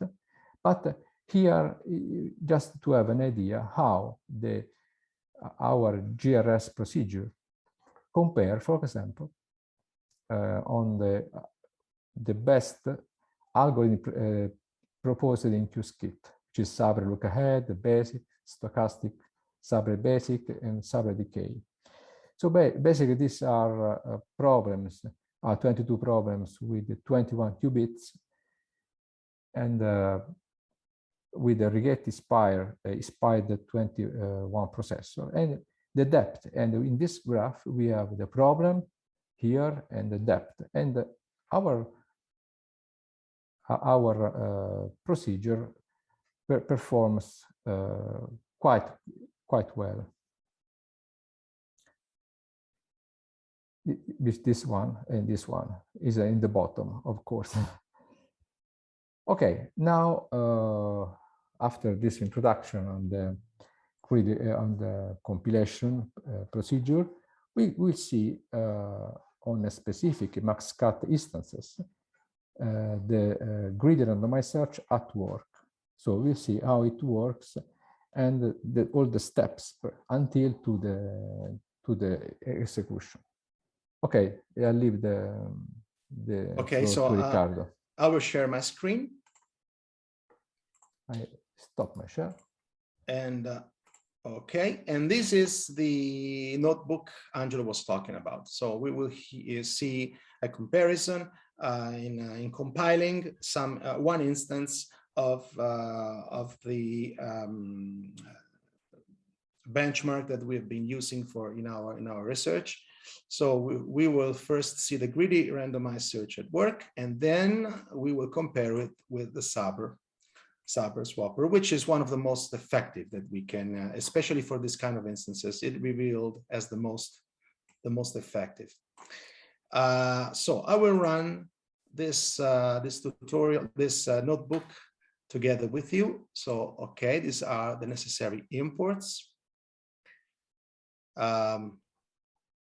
Okay, then we will run the compilation process, which is done by the search procedure. So the search basically runs the greedy random search and produces the S-best, the solution which we call S-best, solution best. Here we can provide the maximum time allowed for the optimization process.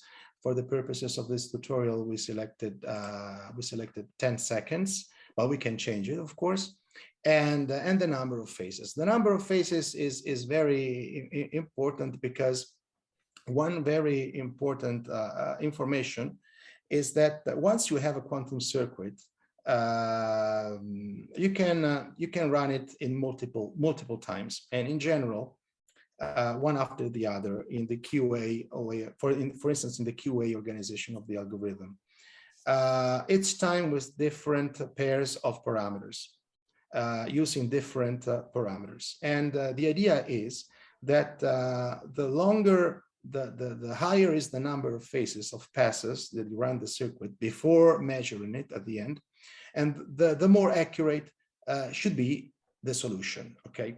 So in this particular case, I will show you the difference between running with one phase and two phases. Okay, let's start with one phase. We will, the greedy random search requires that we give it the files that describes the quantum architecture. So we will use an architecture with 8 qubits. And then we have to give the problem instance. So in this case, we will give the instance number 1 of the benchmark. And here we say the number of phases, which is 1, and the max time, which is 10. Okay, so 10 seconds, and start now the execution.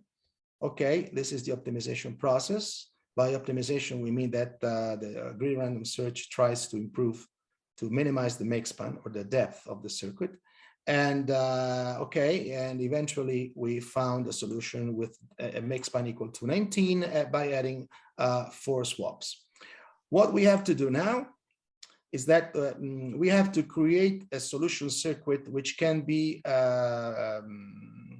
drawn by QSKIT, because the format returned by the greedy random search as best is not directly, let's say, it cannot be directly read by QSKIT. So what we do here is that we make it readable, and then we show the circuit and we show its depth. Okay, so this is okay. You already know what the decompose operation does. The circuit depth is 21, which is 2 more than the make span. This is because we added at the end, you can see at the end, okay, 2 measurement, let's say, gates, which were not present in the solution returned by the greedy random search. So what is important to see here is that our depth is 21, okay? So we produce a circuit with depth 21. Now we will compare our result with the Sabre Swapper, let's say within QSKIT. So we import all the necessary libraries. We load exactly the same instances that we have loaded for the greedy random search here. And okay, then we create a problem circuit out of the instance that we have just loaded. And we can draw it, okay? We can draw, but this is not the solution. I'm just drawing the problem circuit. That is the uncompiled version of the problem. In fact, you see no swaps here. There are no swaps. So what we have to do next is we have to provide Swapper with exactly the same topology that we used for the greedy random search case. Otherwise, the comparison wouldn't be fair. And of course, we provide the coupling, the N8 qubits coupling, exactly the same we have used before. And we inform Qiskit about the coupling that we selected. And now finally, we can run the Swapper swapper. Okay, Swapper swapper, we run it for 10 seconds to make the comparison fair. We put it into an optimization cycle when it's run for 10 seconds, and only the best solution found is retained at the end. So this is what we do. Something very important is the fact that Swapper in itself can be run according to three different heuristics: the basic, the look ahead, or decay. We have already found that the look ahead is the most effective, so we will use the look ahead in this notebook. So I'm just running the circuit, and let's wait for 10 seconds. And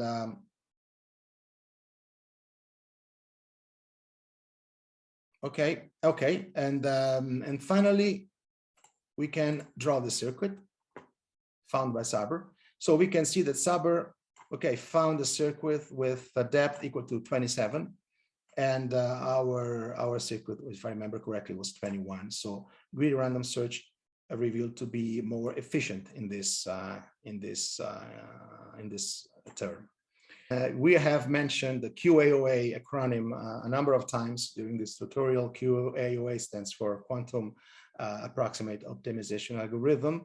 And I will leave the word now to Marco exactly. Who will provide a fast introduction to the algorithm. And then the tutorial will continue by me, and I will show how this algorithm can be used for some practical applications. Okay, can you see my screen? Yes, okay. Yes, we can. Okay, so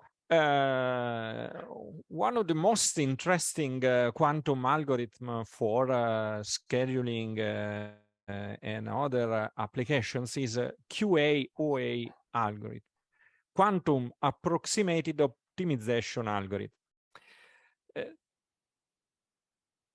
This algorithm can be used to find solution for combinatorial optimization problem in an approximated way. In some problem and under certain condition, it can produce better approximate solution than classical algorithm. It is proved that it is able to do it. The inspiration is by the adiabatic quantum computation paradigm. In a few words, suppose we have a function to optimize, which will be called problem Hamiltonian. Hamiltonian because in this approach, the function is like an energy of a system. And suppose that instead of optimizing the problem Hamiltonian, we use a function which is very easy to optimize that we call base or mixing Hamiltonian. We create a linear combination of the base Hamiltonian and the problem Hamiltonian with the coefficient we depends on time. At time 0, this combination is just the base Hamiltonian. At time t, big T, the final time, the combination is just the problem Hamiltonian. The idea is to start with a solution of optimal solution for HB, the base Hamiltonian, and slowly and progressively switch from HB to HP. At each time step, the solution is adapted to the new objective function. At the end of this process, the final solution is an optimal solution of HP.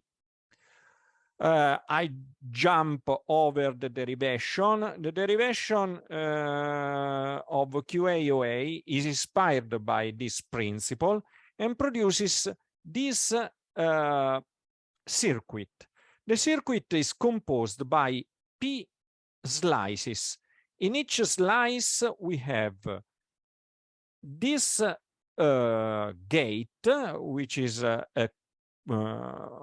composed gate, which depends on the base Hamiltonian, and this gate, which is based on the problem Hamiltonian. And they are parameterized by two parameters, beta R and gamma R, which are the parameters of the circuit. So it is composed by two P operators, where P is a small number. We must say that even when P is small, this circuit produces good approximation for the problem to solve. Let's describe the circuit. The circuit then is composed by two operators. This operator is called the phase shift and the mix operator. It starts from a superposition of all the feasible solution of the problem and ends with a final layer composed by measurement, which produces a solution of the problem. Usually, these two operators can be written as a composition of single gates. Let's see an example. The most famous example for QAOA is max-cut. Max-cut is a very simple problem. We have an undirected graph, and we want to find a set of vertices such that the number of cuts is maximum. A cut is an edge where one endpoint lies in S and the other endpoint does not lie in S. Any sequence of bits is a feasible solution. A sequence of bits can be interpreted in an easy way. 1 means that the vertex is in S. 0 means that the vertex is not in S. For instance, this is an example of a max cut, and this is a possible solution. White is in the set, black is outside the set. And we have 1, 2, 3, 4, and 5 cuts, while this edge is not a cut because both vertices lies outside the set. Okay.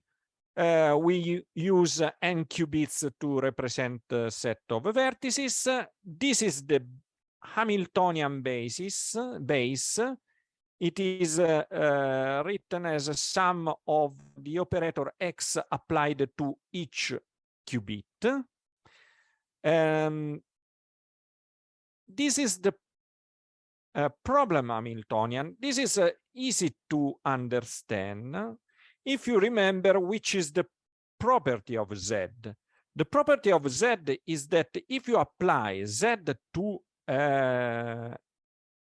a sequence of bits in a particular bit, you obtain plus or minus according to the bit is 0 or 1. If you apply a double Z like this, you obtain plus or minus according if the corresponding edge is a cut or not. So if you add this ZZ and apply this linear transformation, you obtain this nice property that a state psi is an eigenvector of HP, and the eigenvalue is exactly the number of cuts. So max cut is a very easy problem to be applied with QAOA. I jump over the description of the corresponding gates. I just mentioned that you have this RZZ, which is a sort of rotation applied to 2 qubits, while the mixing layer is composed by Rx, which is the rotation gate on the x-axis.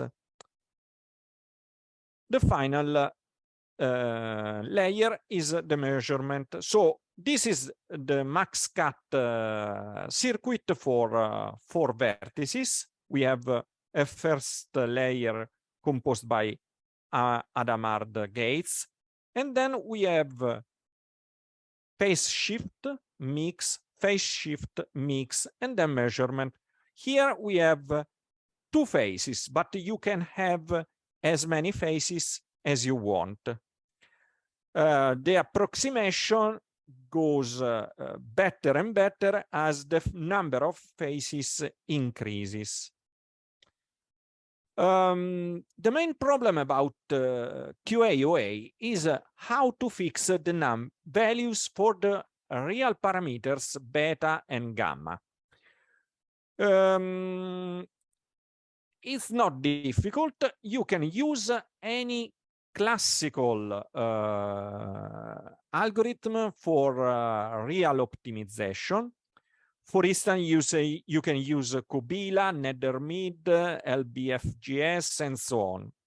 The scheme is the following. We start with an initial guess for beta and gamma. Then, until we don't find good values, we run n times the circuit by plugging in the current value of beta and gamma, and we obtain n solutions, S1, Sn.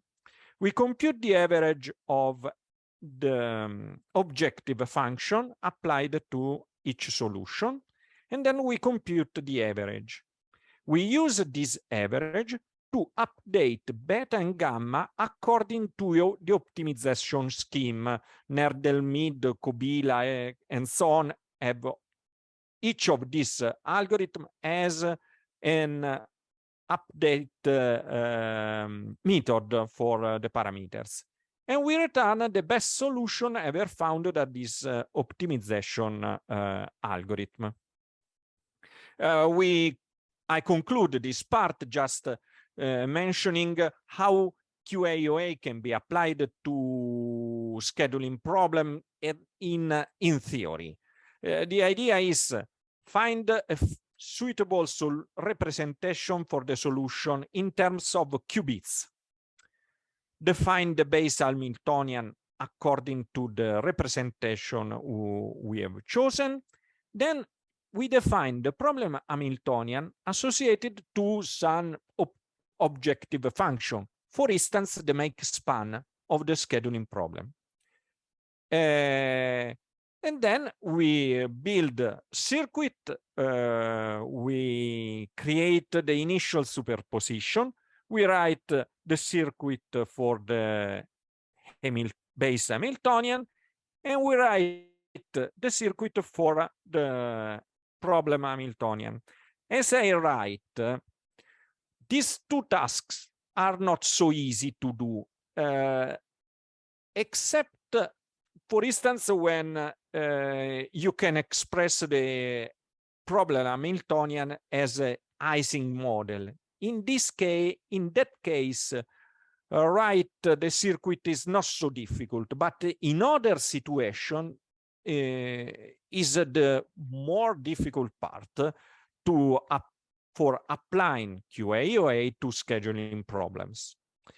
In the next part, we will see a specific scheduling problem, a complete application of QAOA, included the optimization of the parameters beta and gamma. I finished my part. So thank you, Marco. So I will take the floor now. I will share my screen. And okay, so this is where, do you see my screen? Okay. Yes. Let's go to the right section, which is this. Okay, so in order to see an example of QAOA in action, we will start from a problem which by now we know very well, which is the max cut problem. As we will see later, the max cut problem belongs to a family of problems of which the most general is the max k cut. But we will talk a little bit longer about the max cut, and then we will move on to the graph coloring problem. So what I need to show you now is another notebook where I run the QAOA. So this is the notebook I talk about. So let me run it. Okay, start from the beginning. So this is again, I'll go very fast here because Marco has already explained, but generally very, very fastly, what we need to do is we have to recognize that the QAOA is a hybrid algorithm in that it has, it is composed of a quantum part, which is the part here in the blue box, which is the part where the quantum circuit is executed, and by executing the quantum circuits prepares the quantum state. And the green block here is where the expectation is measured. So in other words, where the results of the quantum state is measured. Okay, so these results are then passed, as Marco said, to the classical optimizer. So this is why this algorithm, this optimization algorithm is hybrid, which attempts to find better values, hopefully better values of the parameters beta and gamma, which are again passed to the quantum part of the algorithm, which will use them to prepare a new state. And this optimization algorithm goes on until some termination criterion is met, and finally the optimized values of beta and gamma are produced. As Marco said, we start everything from guessing the initial values of beta and gamma, and then the whole optimization loop starts. What I would like to say before showing the notebook is the fact that quantum state preparation is performed by the quantum algorithm just described by Marco. So it is an alternation of phase shift blocks and mixing blocks. So the red one and the purple one, repeated a certain number of times. So by 1, 2, 3, and we will see. And in theory, the more you repeat them, and the more accurate the solution should be, and in the end. And of course, if we just use one pass, then the classical optimizer will have to optimize only one pair of beta and gamma value. If in order to prepare the quantum state, we will use P passes, then the classical optimizer will have to optimize P pairs, okay, of beta and gamma values. All right, so let's go on. What I want to show you, okay, these are the necessary imports. Let's start with a very simple graph to cut. Okay, we just created the graph. It's 4 edges and 4 nodes. So we want to find, using the QAOA, the max cut for this graph here. So I will very briefly describe the components of the circuit, starting from the initial state. As Marco said, the initial state is created by adding adding in the circuit, besides since we have a graph with 4 vertices, it is enough to use a quantum circuit composed of 4 qubits, okay, and qubits is 4. And then we create the circuit. We have already seen this a number of times now, and we will add to the circuit 4 Hadamard gate. This is what I do here. And then we will draw the resulting circuit. Okay, so we have our 4 qubits with an Hadamard gate, which create the famous equal superposition on each qubit. By what we mean by this is that we want to start the execution of the algorithm by an initial situation in which every qubit can take 0 or 1 with equal probability. We can do this because in the Max-Cut representation, every solution is a string of 0 and 1, and every possible solution string of 0, 1 is a feasible solution for the Max-Cut. Maybe not an optimal one, but feasible, okay? So we don't have to worry. So preparing the initial state for the Max-Cut is very, very easy. Regarding the problem unitary, so the Hamiltonian related to the problem, it will be built by building the circuit using these phase shift gates. So the RZZ rotation, which we already talked about, and we will need to insert in the circuit as many phase shift gates as the edges are. So we have a graph with 4 edges, so we will need 4 phase shift gates. And please note that the phase shift gates will be applied between 0 and 1, qubit 0 and qubit 1, which is the edge 0, 1 in the original graph, between qubit 0 and 3, which is the edge 0, 3 in the original graph, and so on and so forth. So 4 edges and 4 phase shift gates. The next layer is the mixing unitary layer, which, as Marco said, is just a rotation on the around the x-axis. So it's very simple gate. It's a unitary gate in this case. So what we do is that we prepare another sub-circuit, and we add in the sub-circuit just the Rx rotations, okay, on all qubits, and we draw the resulting circuit. Okay, now that we have all the sub-circuits that we need, we can say put everything together and create the complete QAOA circuit. I mean, the quantum circuit which prepares the quantum state for the QAOA. So what we have to do is to append the sub-circuits that we have just created on another circuit, which we call QC-QAOA. And finally, this is the global circuit, so this is the initial state, the 4 phase shift, and the 4 mixed gates, okay? The only thing which is missing here is the measurement gates. Now, the code here that I'm running now, okay, I won't go into the details of this code, but what I want to mention here is that this code here is the code which implements the optimization loop. So I want to start, I only want to point your attention on the get expectation, which is the function which runs the circuit. So the get expectations, it measures the circuits by executing the circuit by running the execute circ method, which in its turn runs the circuit on the backend that we selected. In this case, for the number of shots is 512 every time. So the reasons why we have to run the circuit multiple times should be clear. And then what we have to do next is to decide the number of passes and the initial value of gamma and beta. The initial values of gamma and beta, let me remind you, are this, okay?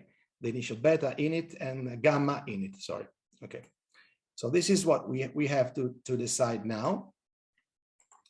There are more intelligent ways to select the initial beta and gamma values. We will show them later, but for the time being, we will just select them 1.0 and 1.0. So we will just guess that these are good initial values, regardless of whether it's true or not. And then we finally run the optimization cycle. Okay, we run it. Okay, using the Kobila method. So in this part of the circuit that you see running, the whole optimization cycle is run. So the quantum, both the quantum part and the classical part. And the final result is that the gamma and beta values are optimized. And so at the end, we get the hopefully optimum values of beta and gamma. And the last step that we must do is to use those values. Okay, I run it again by mistake. Okay, so what we have to do is to use these optimal values of gamma and beta to run the quantum circuit one last time using those results and measuring the results that we obtain. This is what we do now. So the backend is still the IR backend, the ideal simulator, and the number of shots is again 512. So what we do is we have to create again the circuit, and then we run it on the backend, and then we plot the counts. So we show the histogram of the solution found. Okay, these are the solution that the quantum circuit found after the optimization process. If everything went well and if everything was well implemented, we should look at the most probable solutions. And the most probable solutions here, they correspond to the strings 0101 and 1010, as you can see. If we look at what the string 1010 means, basically it must be interpreted in this way. The first one means that the vertex 0 belongs to the 1 set. The vertex 1 belongs to the 0 set. It is a partition, okay, of the vertices of the graph. The vertices 2 to the 1 set, and the last vertices, the vertices number 3, belongs to the 0 set. So this exactly corresponds to the cut that I show you in this picture. And this is a maximum cut because we have a very simple graph composed of 4 edges, and all 4 edges are cut. So the QAOA succeeded in this very simple example in finding an optimum solution. What I would like to show you before going on is what happens if we change the number of phases. So you see that there is some, allow me the term, a probabilistic error here, because of course the quantum algorithms are inherently probabilistic. And we see that there are some not very good solutions that have been produced with some, let's say, not negligible probability. Okay, so in case we want to test the same algorithm with a different number of phases, so for instance with 2 phases instead than 1, okay, we can do this by changing the number of phases here. So I write 2, and I run everything from scratch. It just takes a few seconds just to show you what happens at the end. So what we do here is that we run now, during the phase, the quantum state preparation, we no longer run this circuit. The circuit produced, we run 2 phases. So 1 phase shift, 1 mix, another phase shift, and another mix. Okay, the number of phases is 2 here. And we will see at the end, the first difference is that the optimizer, yeah, it takes some time because my machine is slow, but eventually the optimizer should, okay, optimize again 2 couples, okay? First gamma, first beta, second gamma, and second beta. So 2 pairs of gamma and beta values. And then you will see that using 2 phases, we have a much more crisp result here. So the solutions are still the same, 0101 and 1010, but the result is much more accurate. Okay. So that said, I will jump again to the slides, and we'll continue the presentation, the tutorial. So what do we have to do now?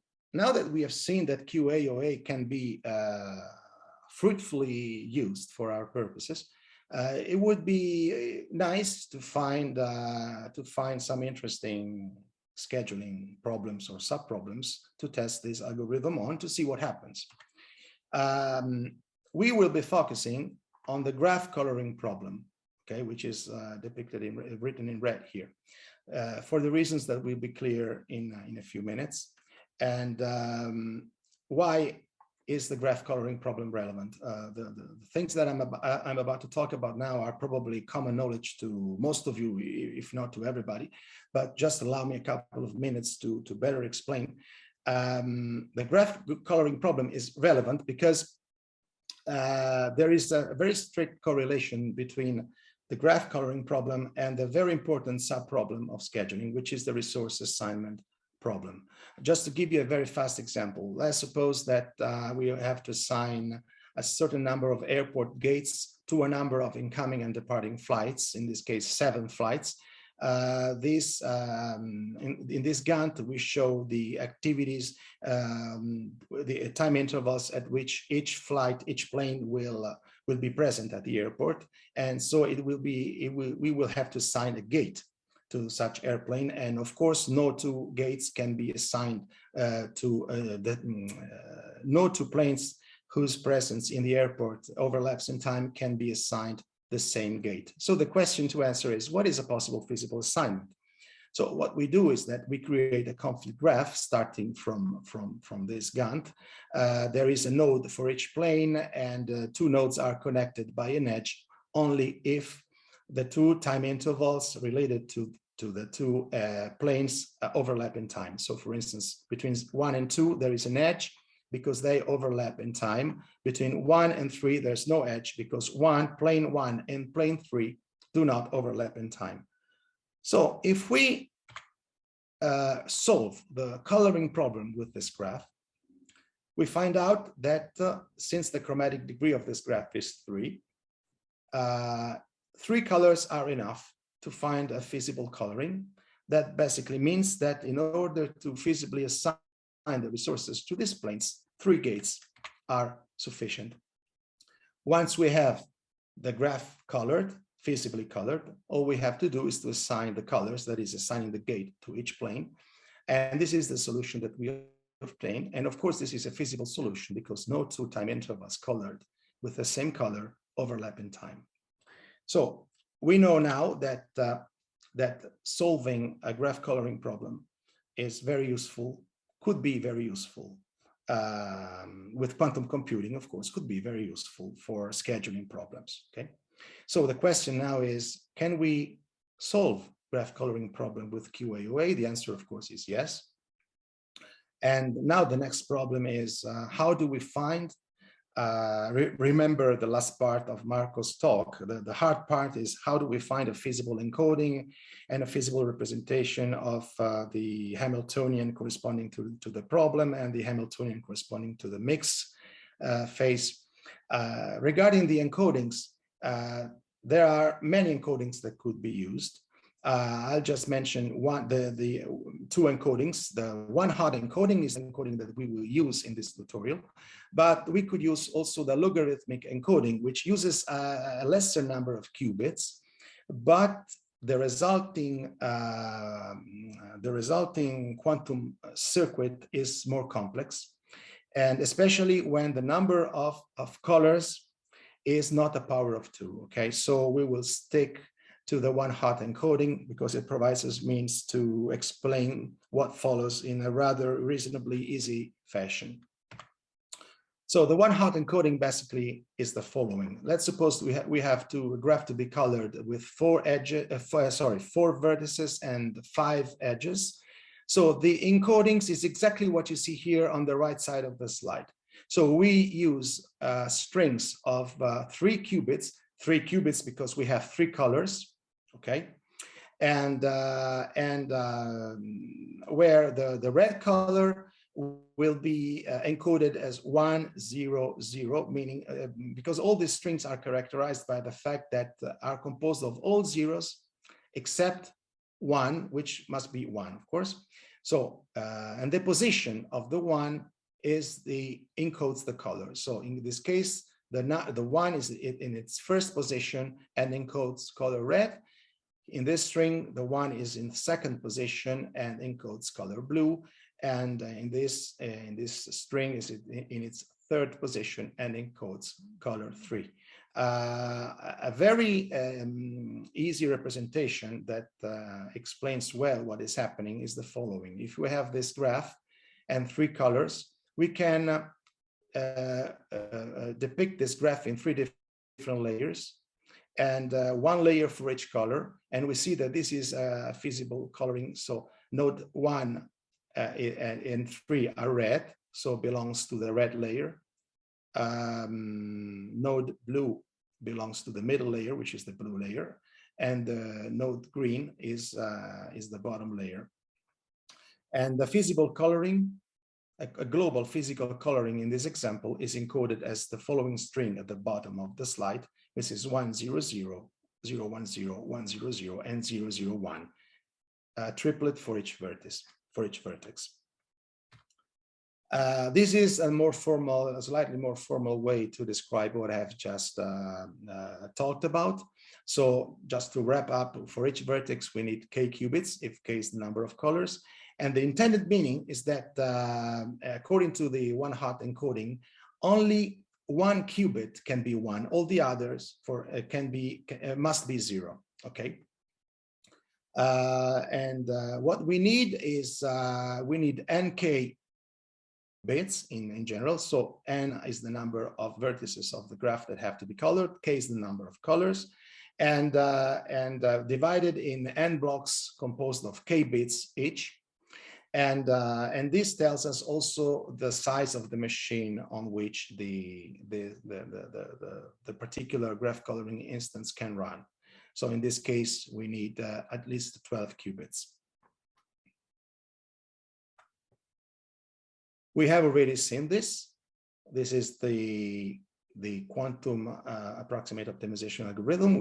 We have already seen it many times. So what we have to do now is to build this algorithm. So this is the quantum circuit that prepares the quantum state. The hard part now, once we have decided the encoding, the hard part now is to decide how to implement the initial state for the reasons that will be clear in the following, and how to implement the phase shift block and the mix block, because these blocks will represent Hamiltonians, which are different from the Hamiltonians that we have seen in the Max-Cut problem. So now we are talking about a different problem. Okay, how do we prepare the initial state? Following the one hot encoding, we need a quantum circuitry, which will prepare for an equal superposition of all the possible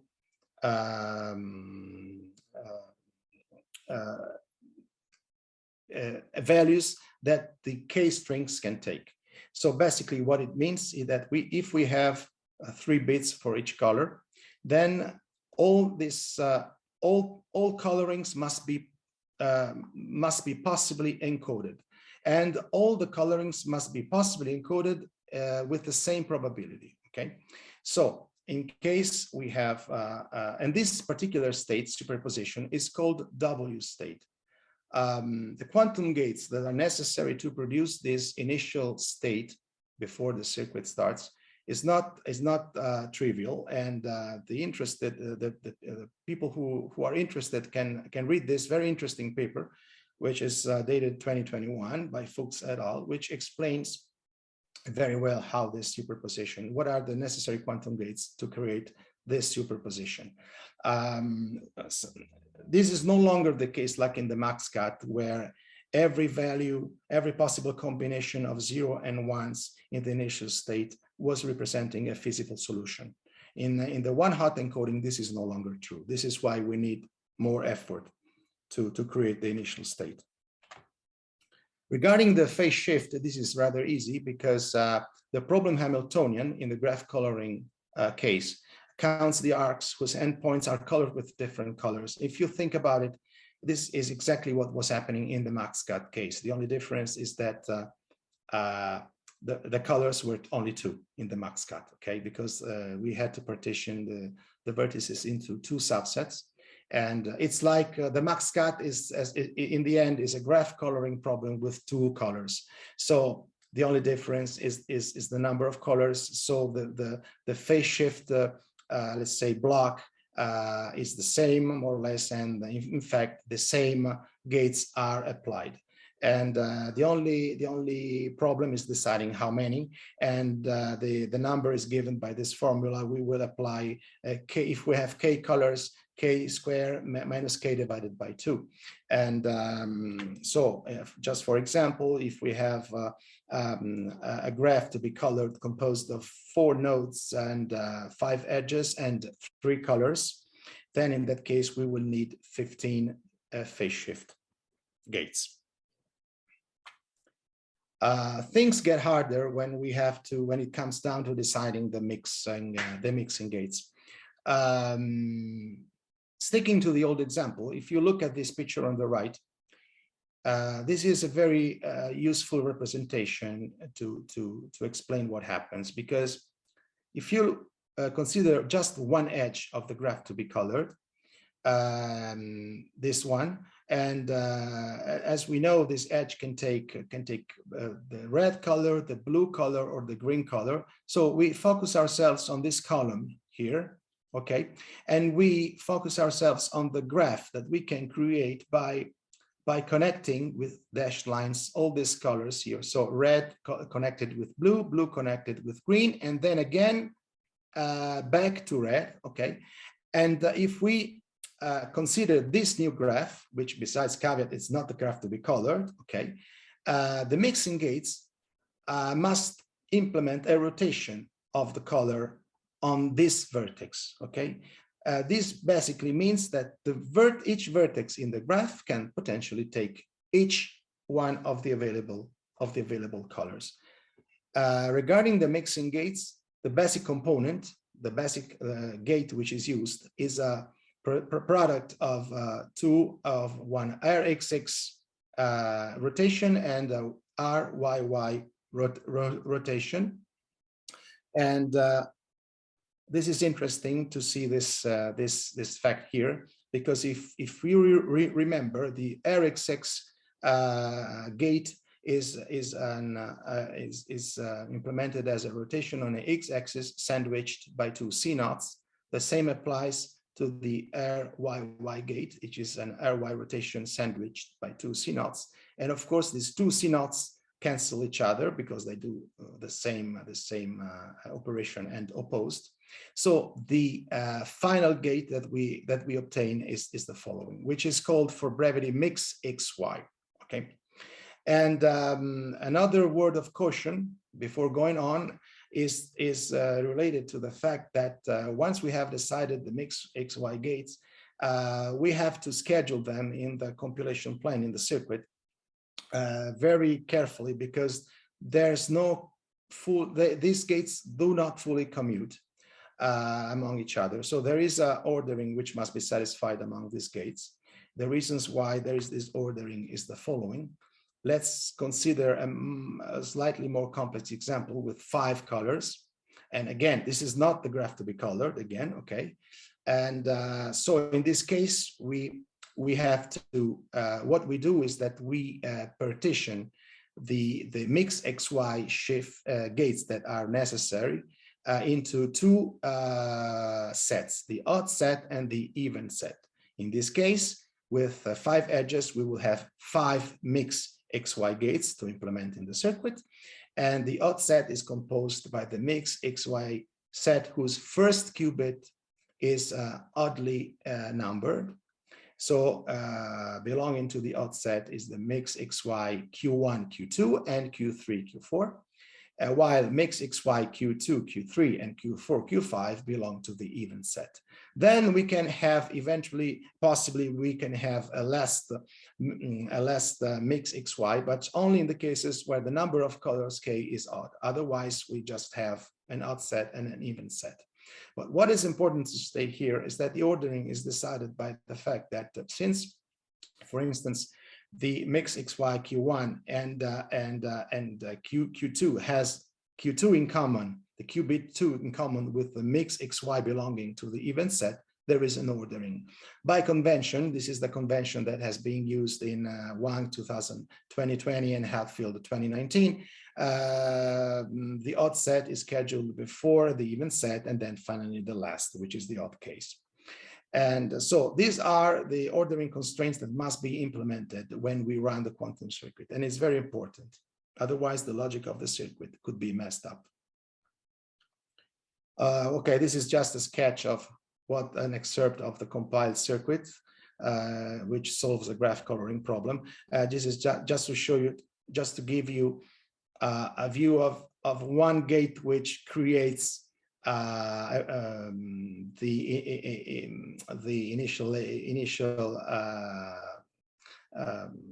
composition of the Q states on the circuit. But okay, I think I can move on from this slide. To wrap up, this is the slide just to tell you, okay, we know now how the appearance of the mixed gates, the appearance of the phase shift, how many do we need, and how they must be ordered in the circuit, their purpose, their and everything. What we need to know, how many mixes do we need? If you consider this figure on the right of this slide, we know that if you count the number of dashed edges, we know that we need in total, okay, for each vertex we need 3 mixed XY gates, so 3, 6, 9, and 12 in the end. So in order to produce a graph coloring quantum algorithm to color this graph here on the left, we will need a quantum circuit composed of 15 phase shift gates, 12 mixed XY gates, and very importantly, we will need a quantum hardware, which will have to be composed of at least 12 qubits. So going back to the quantum approximate optimization algorithm, because now we have to solve the problem, right? So we have defined the quantum circuit, now we have to run it. On the right side, we have seen the optimization value we have just encountered in the past. So I won't spend too much time on this. We have already seen it. This is just the optimization cycle. But when I showed you the first example of the QA-OA in action, I told you that there was a much clever way to select the initial values of gamma and beta.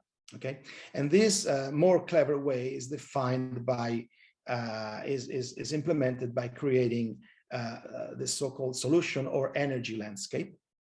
So what we do here is that we sample some values of gamma and beta values. Gamma ranges from 0 to 2 pi, and the beta ranges from 0 to pi. We select, we sample the quantum circuit among a determined number of values of gamma and beta, and we produce this result, this solution landscape, which is a map of the energy values found by all the trials. And in this energy map must be interpreted in the following way. The dark areas are the areas characterized by the lowest energy levels. So they are supposedly the areas where we have the best solutions, okay? So what we need to do is that we can visually inspect the solution landscape, choose an initial value of gamma and beta, which is reasonably close to a dark area, and then let's count on the optimization, on the classical optimization work done by Nelder, Mead, or Kobila in order to further improve. Okay, and the gamma and beta values. At the end of this process, as we have already seen, the optimum and final gamma and beta values will be produced. And what we have to do as a final step is to use those optimum gamma and beta value in one last execution of our quantum circuit, and in order to find and read the solution, the optimum solution. And this is what we will do in the last, what I will show you in the last notebook. But before doing that, we can test this algorithm on a problem, on a scenario which could be of interest for this planning and scheduling community.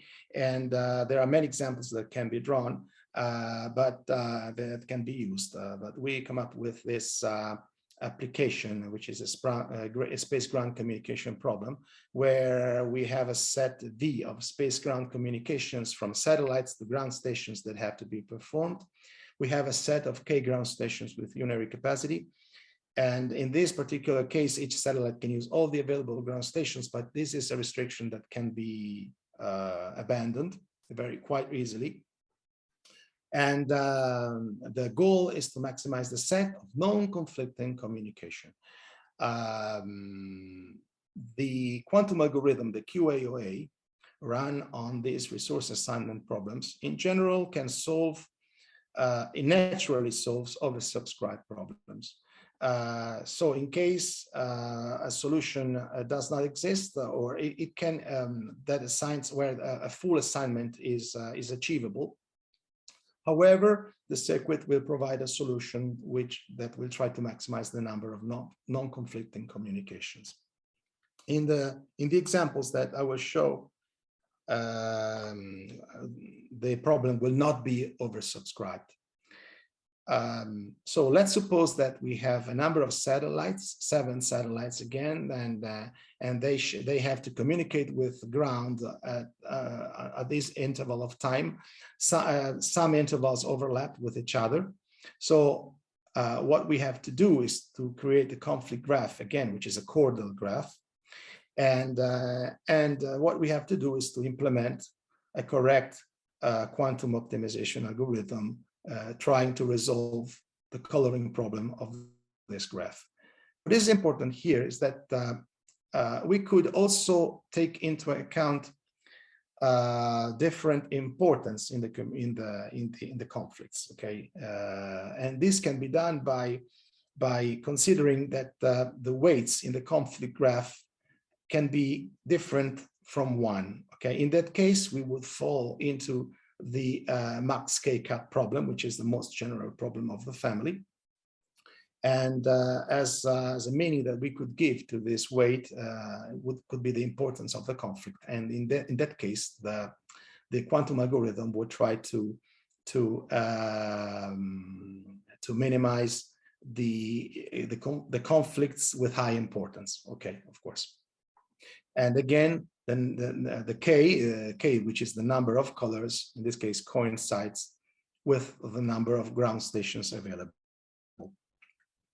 So it is time now to show you the notebook. So I will jump to the notebook. Okay, I think it's this one. Okay. As opposed to what I did with all the other notebooks, I will not run this one, but for a very simple reason, because it takes some time on my machine to build the energy landscape. So we would have to wait 10 minutes without doing anything. So what I will do is that I will just describe this notebook without running it, but trust me, this is exactly what happens if I should run it. So again, we have just to reprise the nature of the problem, we have a number of space ground communications from a set of satellites, which is V. We have K ground stations. Each satellite can use any of the available ground stations, and the objective is to maximize the set of non-conflicting communications. Okay, this is the import that we need to do. Okay, this is a visual representation of the problem: 7 satellites and the 3 ground stations. This is the Gantt that we have showed before. And what we need to provide the solver, the greedy random search solver, is the file which describes the topology of the machines on which the circuit will be run. Let me remind you that in case we have, like in this case, 3 ground station and 7 satellites, 7 by 3 is 21.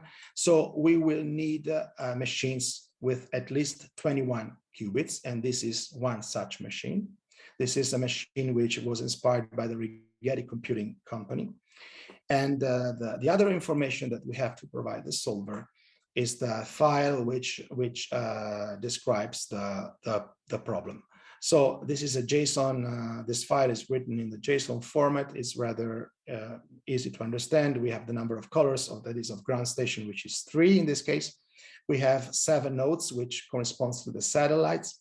And the allowed we list all the satellites with the list of allowed colors. And when this is, you see it's 0, 1, 2 for all the satellites, meaning that every satellite can communicate virtually with all ground stations.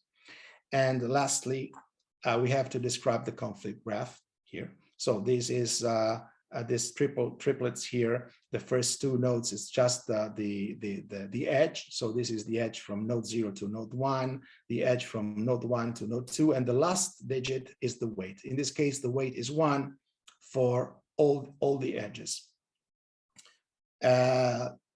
In this notebook, the conflict graph described in this file can be automatically visualized, built and visualized. So this is the conflict graph we are talking about.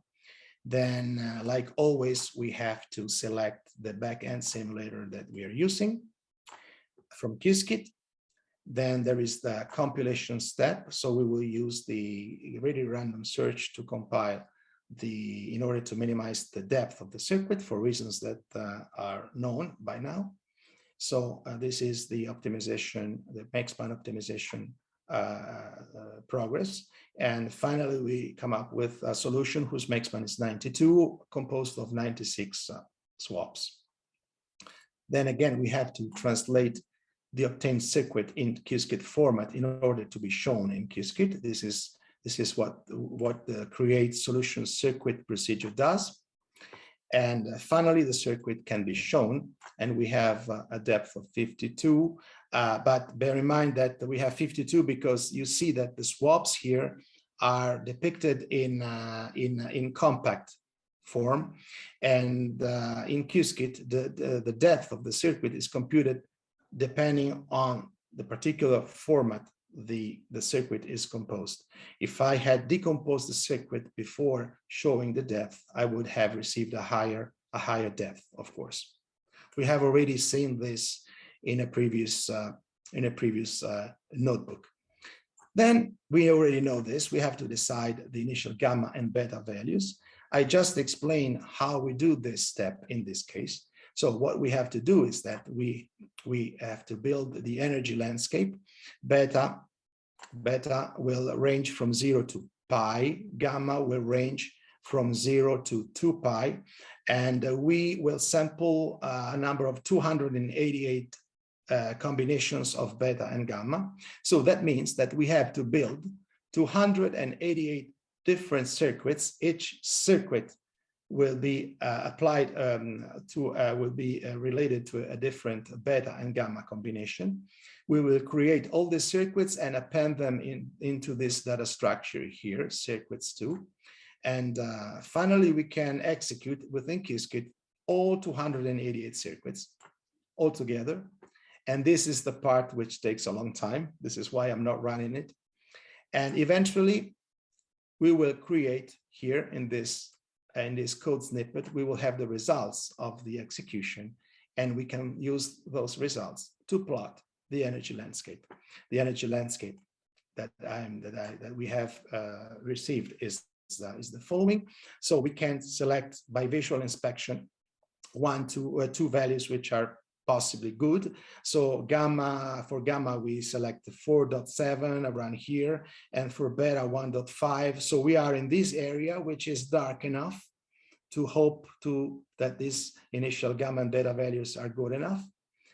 And then we run the QAOA optimization cycle here.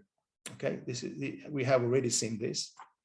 And using the Nelder-Mead instead than Kobila this time, just for a change. Here we can decide the number of optimization cycle. We use 20, but we can use 40, 50, whatever. And eventually we obtain the best values of gamma and beta here. And as a last step, we must analyze the results by running the quantum circuit one last time using the optimized values of gamma and beta. This is what we do in this line of code. It's the evaluate function which does this, and finally we can plot the solutions. We have coded a very simple function that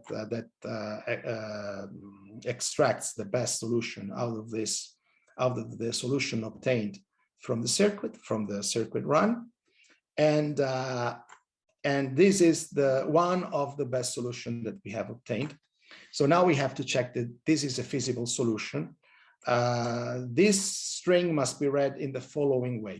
So we have the zero satellite number 0 is assigned station 1, satellite 1 is assigned station 2, and so on and so forth. Bear in mind that the picture you see here is static, so it belongs to a different run of the, so probably this solution string is not related to this picture, but we can easily check that this string corresponds to a feasible solution, because all we have to check is by looking at this Gantt here, all we have to check is that, for instance, the satellite 0 and 1 is not assigned the same station, and this is true because 0 is assigned 1 and 1 is assigned 2. And we have to check that satellites 1, 2, and 3 are not assigned, since they overlap altogether. They're not assigned the same station. And we can see that 1 is assigned 2, 2 is assigned 0, and 3 is assigned, 1, 2, 3. So 1 is assigned 2, 2 is assigned 0, and 3 is assigned 1. So we are fine. We have to do exactly the same thing for 2, 3, 5. So 2 is assigned 0, 3 is assigned 1, and 5 is assigned 2. So we are okay.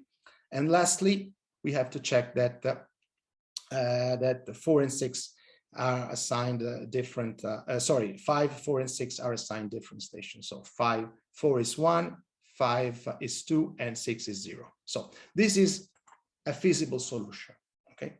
So we have proven that even though with small instances, quantum computing can be used to solve resource assignment problems. Marco, in his presentation, has anticipated the fact that if we use simulators, classical simulators of quantum computing, which is what we're doing now, it is very, very hard to, it is impossible, let's say, to simulate the behavior of real quantum computers, because you ran out of memory very, very soon. And this is exactly what happens. If you have the time and will to try to do some tests in the future, you will see that, for instance, in this case, if I should use a machine composed of 40 qubits instead of 41, if I had to try to challenge problems slightly bigger in size than this one, eventually I would run out of memory. Okay, so in case we want to test the problems of bigger size, we need to use real quantum hardware, which is available at IBM. It's not for free, but IBM makes available quantum machines to the order of 127 qubits that can be used. And so we can have fun with those. As long as we are using simulators on classical computers, we are confined to very small instances. But okay, it's just to test that, that resolving resource assignment problems with classical computing, with quantum computing, is possible. Going back to the slides, in the remaining minutes, I would like to talk a little bit about what we can do in the future for instance, for the compilation process. So far, we have only focused ourselves on noise-free compilation. Okay, so it's true that we have, let's say, they have been worried about make-span minimization, because we know that the shorter the quantum circuit is, the less the coherence effect we can have in the circuit. But the decoherence is not the only source of noise in the circuit. There is, for instance, the so-called crosstalk noise. That the crosstalk is the noise which is created by the circuit itself when it executes a quantum gate. So the execution of a quantum gate in the circuit produces a magnetic interference, which can disturb the execution of other quantum gates on a different area of the same quantum chip, which is close to the first area. So one way to solve the crosstalk problem could be to separate in time the execution of quantum gates related to areas in the quantum circuit which are very close to one another. But the problem is that if we separate in time the execution of such gates, then we make the circuit longer. And then we go against the constraint of making short circuits because of the decoherence effect. In a few words, decoherence and crosstalk are mutually conflicting objectives, minimizing crosstalk and minimizing, for instance, decoherence. So it is inevitably a multiple objective optimization problem. And much more clever, let's say, in our opinion, much more clever compilation procedure are necessary. And one idea can come from this paper, Cruz 2019, because we need, for instance, a metric to assess the quality of a compilation process. So we can compile a circuit with different compilers, and we can run it on noisy circuits this time. And we can measure the number of successful trials on the total number of trials. And this metrics is the probability of successful trial, which is very simple, but yet a useful metric to provide some measures of how good a compilation is. Since another source, very important source of information is the fact that, for instance, if you go to the IBM site, the IBM site has, they are describing all the quantum hardware that they make available. And in the description, there is also the information about the noise of each single qubit, because in quantum quantum hardware, not all qubits are created equal. Not only there are qubits which are noisier than other, but this changes over time. So this information about the noise of belonging to every qubit of the circuit, or to every physical gate of the circuit, is frequently updated. So, but this is information which could be very useful to be used in a compilation process. Also, it should also be borne in mind that the error of physical quantum gates is generally one order of magnitude bigger than the error rate of single qubits. So mitigating errors drawn by the execution of binary gates, quantum gates, is much more important than worrying about unary gates running on, for instance, on very noisy qubits like these qubits here, the number 26. In the IBM visualization system, the lighter the color of qubits and the physical quantum gates, the more noisy the component is.